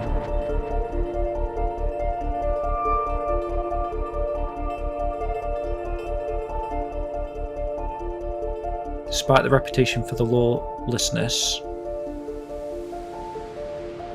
many of the Kowloon Walled City's former residents remember it fondly. Very, very good. There's a little bit of a glimpse to Kowloon. It's essentially a mini city for all intents and purposes. Yeah, I mean, look at it, man. First time you come across the place, it's overwhelming. Nothing really prepares you for it. The noise, the smells. Can you hear this? Okay, guys. The fluidity and pace of life inside it. God, imagine COVID in there. The human side of the place kind of ran completely against its physical presence. It started life as a squatter settlement. The individual footprint of the building, the sort of building plot, was a small little hut size. That you had these very one-room wide buildings going up 14 stories. I trained as an architect, and everything I'd been told was that you couldn't possibly squeeze this many people into this smaller space. What was that start? And everything 33,000 people, 8,800 homes. Which means to live there then, how many people per household is that? 8, 16, 24, 36. You're talking, I suppose that is quite natural, I suppose, 3 people a household. But I'm assuming these households were like proper tightly you couldn't packed. Possibly squeeze this many people into this smaller space. Look at that. So Manhattan is 27,000 people per kilometre squared, and yet here they fit 1.2 million people per kilometre squared. It's just this is mental, that isn't it? Imagine a vertical urban village, a lawless labyrinth where crime, commerce, and community coexisted for generations. At its peak, it was the densest place on Earth. It just looks... That looks place like in Hong Kong was known as the Kowloon Walled squashed. City. It teetered in limbo for nearly a century, and then it was gone. But its memory and reputation live on, even 20 years later. Why is it etched so indelibly into the minds of so many?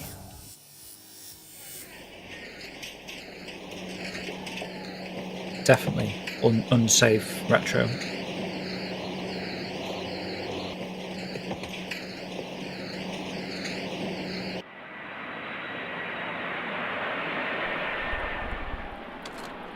Rats. Imagine the rat problem. Oh, imagine the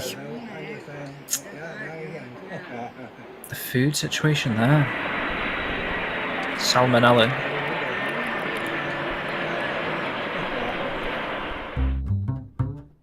Schools? Looks like there were schools inside there as well. Known in Chinese as Kowloon Zai, sometimes Kowloon Zai Sing, actually means a walled area where there was an official, and sometimes some soldiers as well. So really it's an administrative and military term. It was sheerly by accident that the Kowloon Walled City came to be, a donut hole of Chinese sovereignty in the Crown Colony of Hong Kong. An 1898 agreement ceded what was then an old military fort to China, so long as it didn't interfere with Britain's rule of Hong Kong colony. Britain had twice defeated China on land and by sea. It was a superior military power, but hundreds of millions of Chinese were just across the border, while British reinforcements were far away. This was a way to beef up the Chinese presence, both in the administrative and the military sense. One thing after another, the British decided that it was not a good idea to let the Kowloon Walled City remain under Chinese jurisdiction. So despite the fact that the British forced the Chinese officials and the soldiers to leave, as far as the Beijing government was concerned, it had never agreed to this arrangement. But in fact, each sort of kept their hands off the place. After Mao Zedong's communists took control of mainland China in 1949, violent political movements became the norm. Hundreds of thousands of refugees poured across the border in the first 3 decades of communist rule. Their first stop was often the Kowloon Walled City. Many sought just a roof over their heads. Others, though, brought their professions and their vices with them.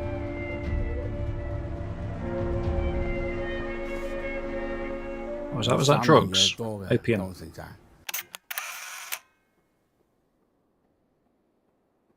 Form a triad. Opium houses, okay.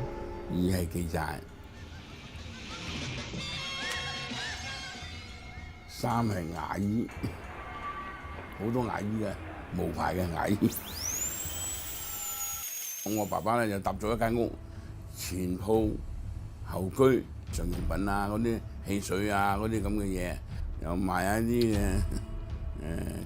should be reading this out for the audio listeners. He's just talking about his shop.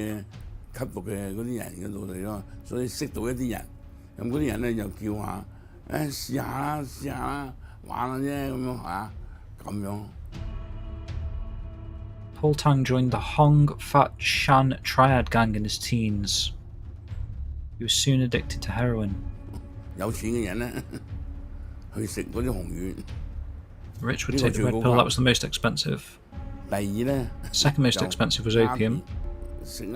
Opium takers looked down on heroin users because it was the cheapest but also the most toxic. So a drug addict dig out a cat's eye. Lived 9 kids. He ate it like a longan fruit and swallowed it. It's supposed to be good for your eyes. What? When people couldn't afford heroin, they would die. The family members just moved the dead bodies to the restrooms. I suppose you couldn't bury anyone either, could you? There's like no cemeteries. Sex workers did not necessarily start to work at night.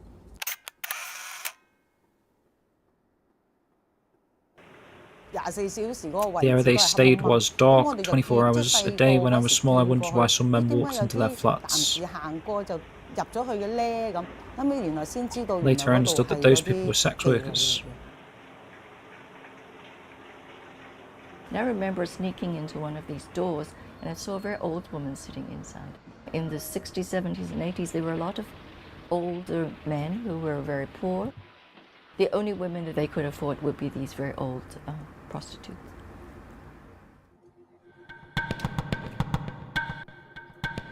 For some, the walled city was a haven for vice. For others, it was simply a home, or a chance to carry out their trade, to make money, to start a business, to begin living out their Hong Kong dream.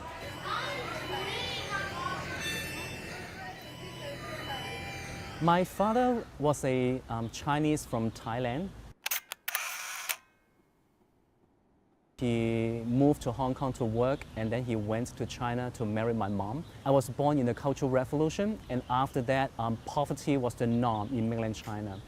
So everybody who could, they would come to Hong Kong, because for those of us who lived in mainland China at that time, Hong Kong was the heaven.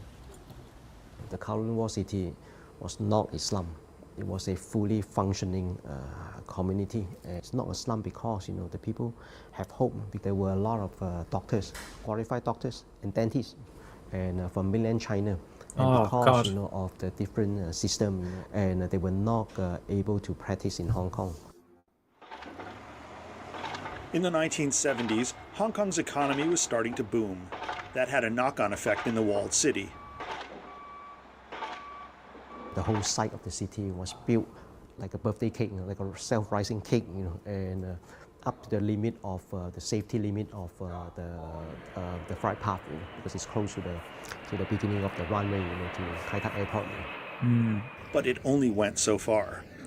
There were daily reminders to residents of just how cut off from the colony's success they were. For a city of 33,000 people, there was only one water pump located inside its boundaries.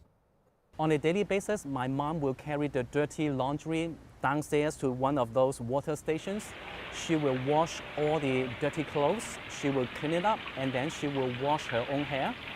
And then on her one hand, she will carry a bucket full of clean clothes, and on the other hand, she will carry a bucket of clean water, and she will walk home.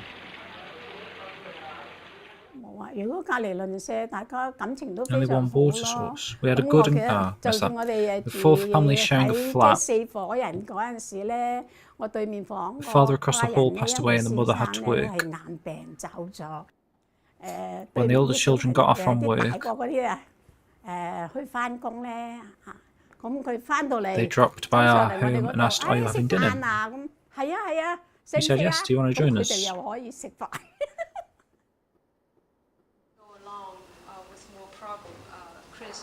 In 1991, Suen Ho came to the walled city on a Fulbright scholarship from New York. Her goal, document how the unplanned city worked. When I first came to Walled City, I had no idea where I'm going to go. It's like a beehive. I thought the best way to do is actually to record the experience. And so I mark all the trails, and then I follow my markings.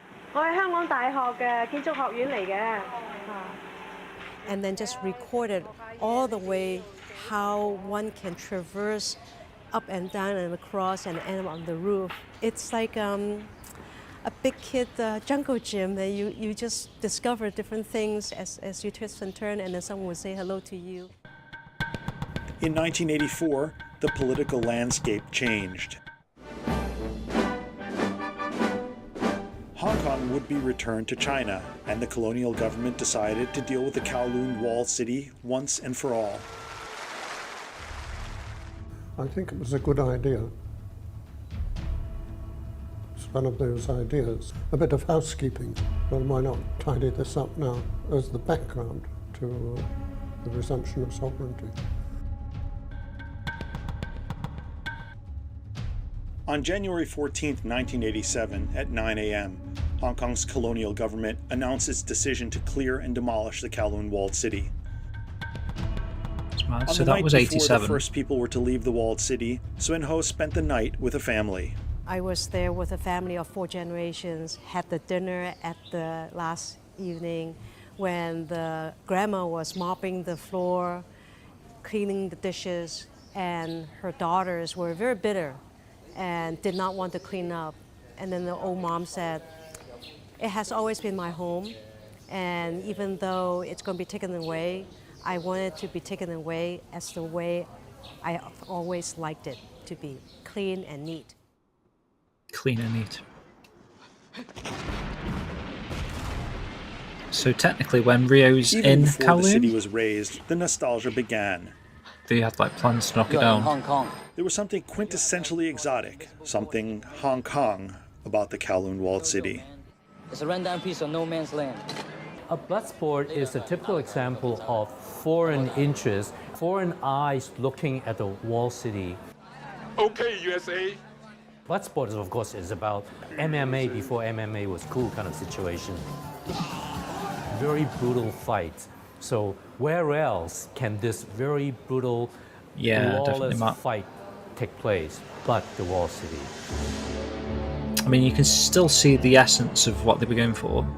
These But there tight was a little bit corridors. of introduction with a handheld camera, bringing people through the alleyway of the walled city, and there was a precious footage too.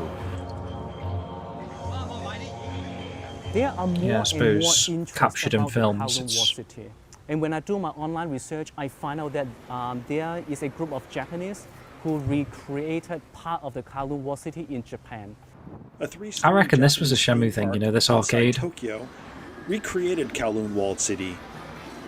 Details of the walled city were reproduced with months of research. You've got Even the Space garbage Harrier. was imported from Hong Kong to scatter on tin roofs. This is such a cool place. This isn't there now either. This has been shut down.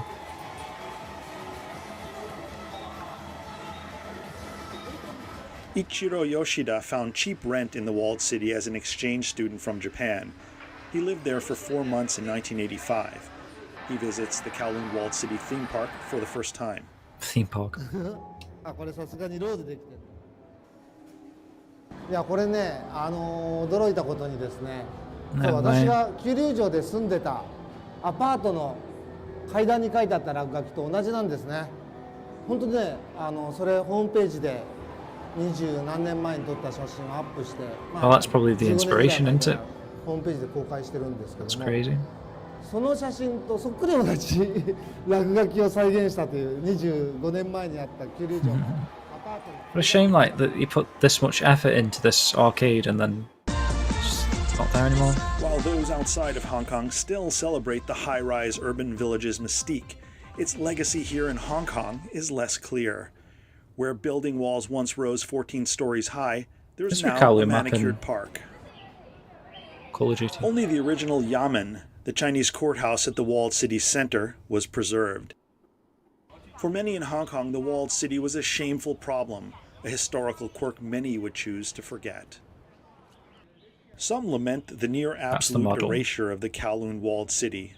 So not only is it a piece of architecture that is representative or archetypal of its genre, it is also a symbolic place of resistance.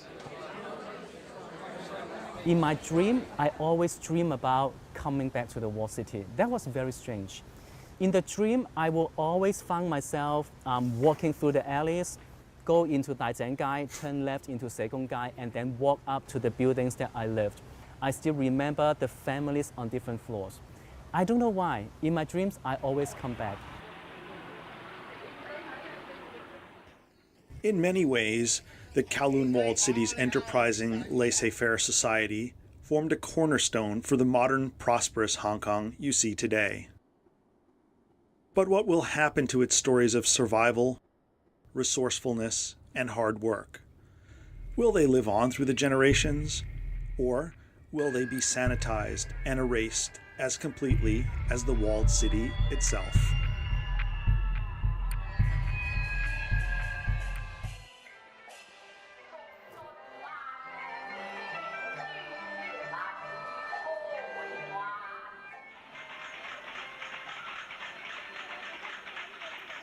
Really good little documentary, that.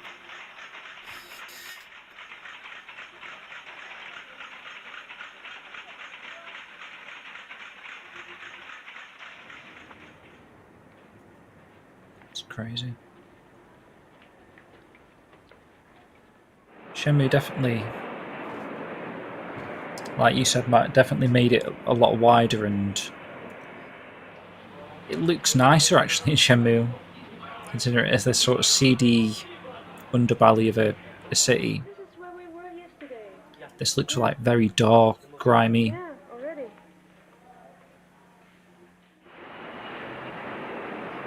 Oh, there's the staircase that leads to the rooftop.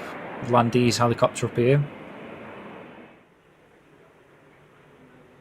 It's kind of like that in the anime actually, isn't it, where it comes through the ground.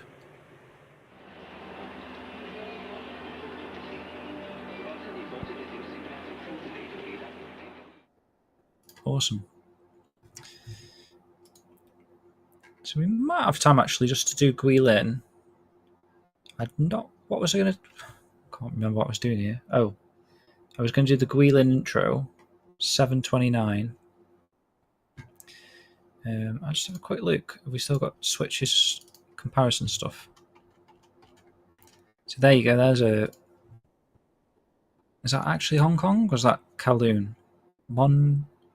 Montaigne Mansion, Hong Kong. Those are insane, aren't they? The amount of apartments that are squashed together. Kai Tak Airport. That's a good one from the anime and the real life. These sort of metal braziers from Momo Temple. Stone Lion. There you go, there's the frontage of Momo Temple. Pretty one for one. Same in the game as well. In fact, the game even more so with this wall.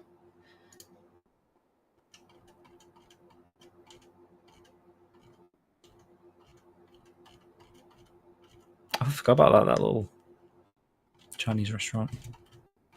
Cool. How are we doing, guys? Yeah, I can't believe, like, were they forced to live in that environment? Could they not come out of the Kowloon Walled City and, find anywhere else to live? Was it a money factor, or those that refused to leave didn't get paid and had their homes destroyed? DL. I would have liked to have seen it for real. I know it kind of is still there, but it's just sort of the remains of it and that model. Guilin intro 7:29. Let's just do the Guilin, and then we'll start Shenmue 3 and beyond in the next episode. That'll probably be a nice way to do this.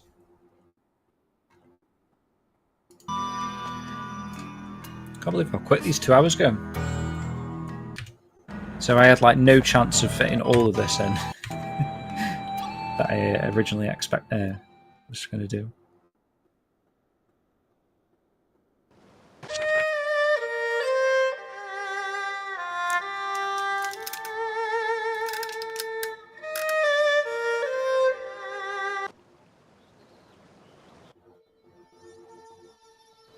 So what was that sheep?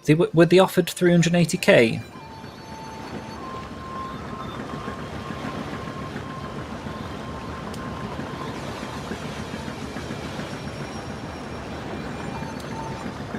Crazy, man. Yeah, you definitely take that rather than your house is going to get knocked down anyway. So, again, comparing the sort of landscape that you see here in the intro to Guilin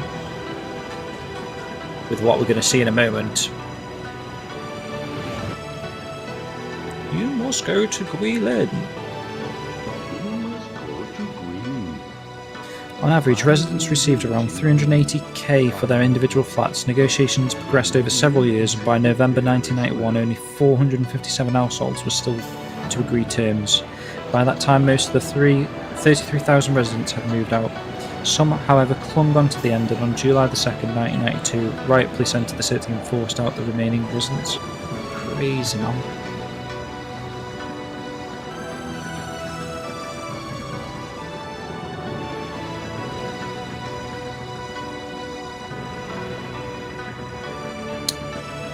I mean, it's a shame for the people that really did love the area, I guess. But I can't see how it would have continued to function in that state.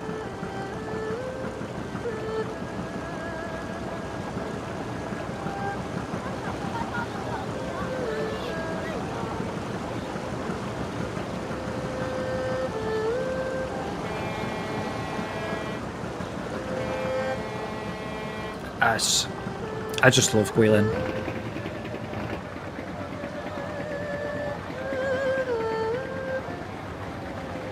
In video game terms, how crazy is it? You go from Kowloon to this, so you've gone from that disgusting, tightly packed Kowloon Walled City to this serenity of green, blue skies, flowers, butterflies.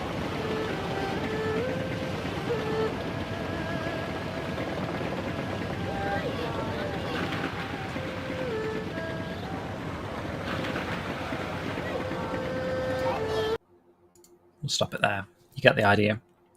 And I've got a couple of videos now, just short ones actually, just to wrap up the stream, of some sort of drone footage of Guilin that I think is insane. I think it's amazing.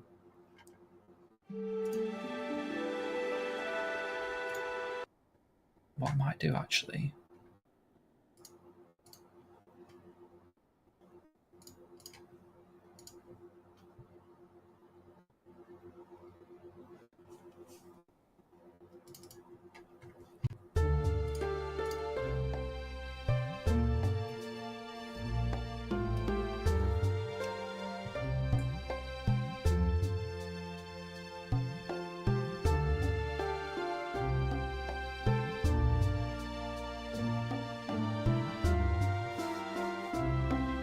How do you think Shenmue 4 begins, Retro?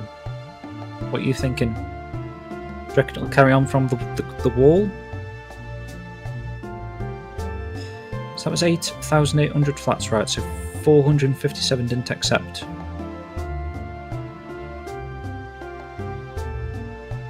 Hong Kong dollars, yeah. I don't know what the ratio is. Don't forget about inflation.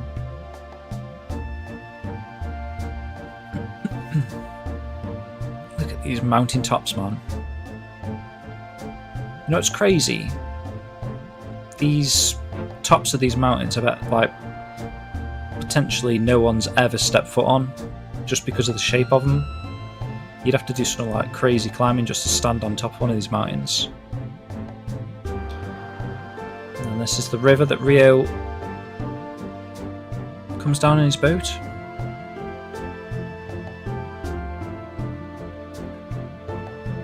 It's more, I suppose they're still considered rural, but not as rural as Bailu Village or whatever. These are like little mini towns or cities or whatever. Look at that, these rocks, man.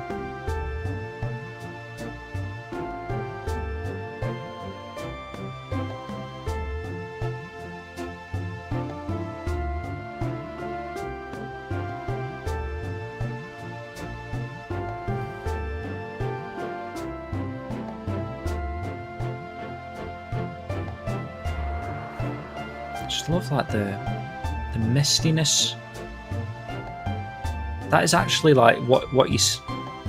The backdrop in Shenmue 2 has got this sort of layeredness to it. These like obviously these like physical mountains that they did in 3D, and then they've got this sort of image that they use for the background that's like got the sort of distance effect. You know, when you're at Shenhua's house and you just look out over the cliff.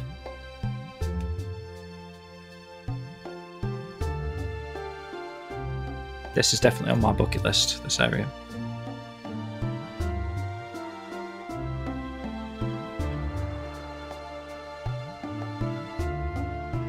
Look how many mountains there is, man. It's like the whole area is...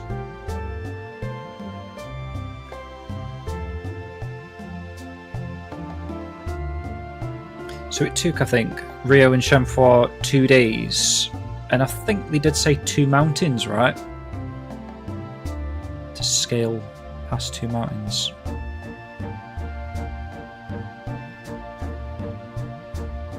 It's gorgeous.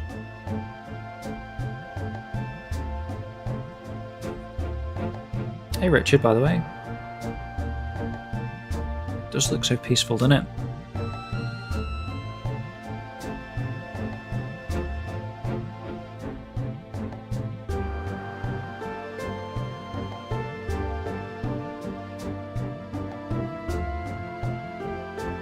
It was Ezra that had that story. I think he borrowed someone's boat and just went down these streams and stuff in actually in Guilin.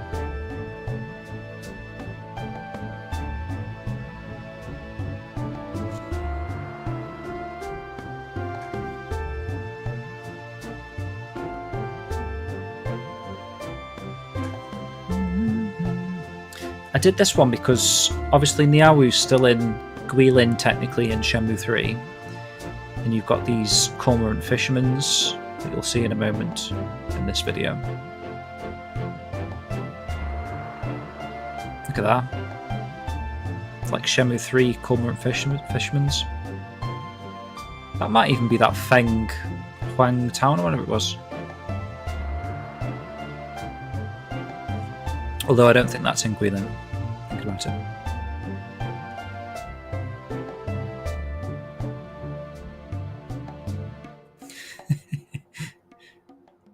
Cormorant fishermen's. So cool, isn't it?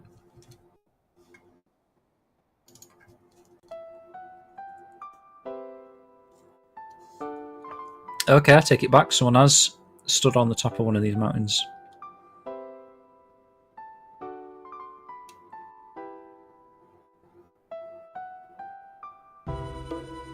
Has anyone been to Guilin in the chat?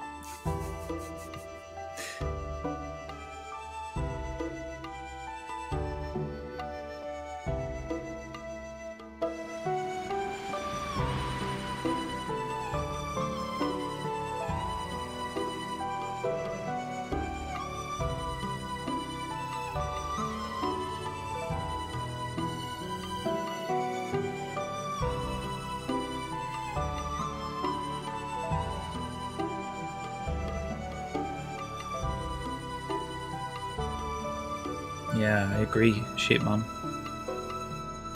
What did he say? He said you could... The colours... You can smell or something, right? Something about smelling.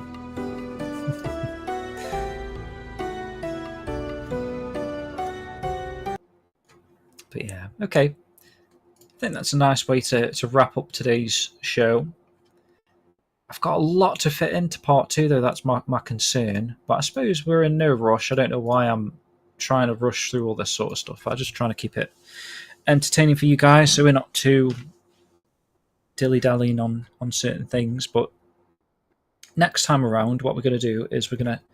Well, firstly, I'm going to cover quickly some Shenmue 3 stuff. I mean, the Guilin stuff sort of starts off, and we did actually see the Feng Huang stuff. Was it last time or the episode before? I think that might have been episode 3, actually.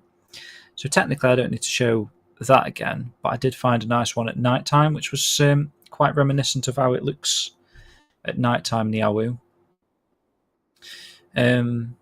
But my plan was for part 2 of this sort of like location investigation sort of aspect. We're going to actually go beyond the series. So after we get to the end of Shenmue 3, obviously we're on the Great Wall, heading to the Cliff Temple.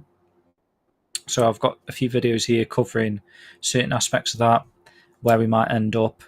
I've actually got a cool video of Baisha that I'm excited about. Obviously it's not called Baisha, but it's definitely the location where Yu Suzuki's actually been on his trip there, and you know the Kickstarter footage. I've got a cool video of that, and then I've got some really interesting stuff of Liu Wang to come before we start heading into Meng Kun. Got a good documentary there. I don't know why I'm spoiling this too much, but I'm just sort of saying that we've got a lot to get through next time around, where I think Rio's travels are going to end up, and we're going to compare that to like the chapter tiles and go through some of Phantom Riverstone's Switch's blog post on Yu Suzuki's research trip, because I think you can base a lot of the future of the series around where Yu Suzuki's actually travelled back in the day when he was researching for Virtua Fighter 2. So we'll follow his journey next episode with some of these unknown locations, but you can pretty much bank on seeing some of them, I would have thought, in Shenmue 4, Shenmue 5, if we can get those games. So hopefully you enjoyed that, guys.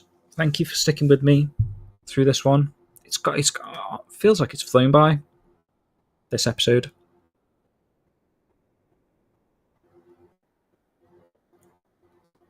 Master Bay. Yeah, the dude on the boat. Definitely those vibes, right? Retro says, this footage makes me appreciate the first half of Shenmue 3's environments even more than I already do. The developers did a fantastic job. yeah, thanks guys. Appreciate that, William. Thanks for coming in. So we're going to end with, obviously, we typically do Wish. Let me think what we got coming up, lined up for you folks. So you're probably looking at, well, you've got a video from Matt tomorrow on the 27th. Saturday, you can literally put every Saturday in your diary as a video from Matt. Then the 4th, which is next Sunday, we'll be doing a stream. Matt's going to be starting Shenmue 2, I believe.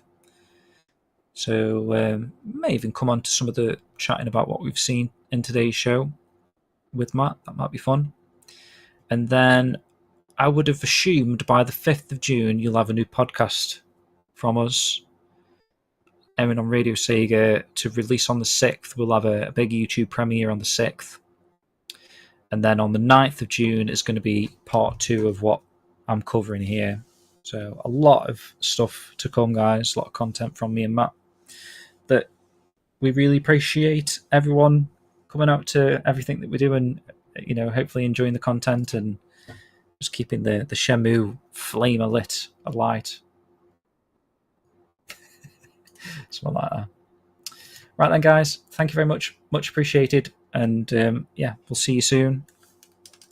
Sometime in the near distant future, I'm sure. Take care, everyone.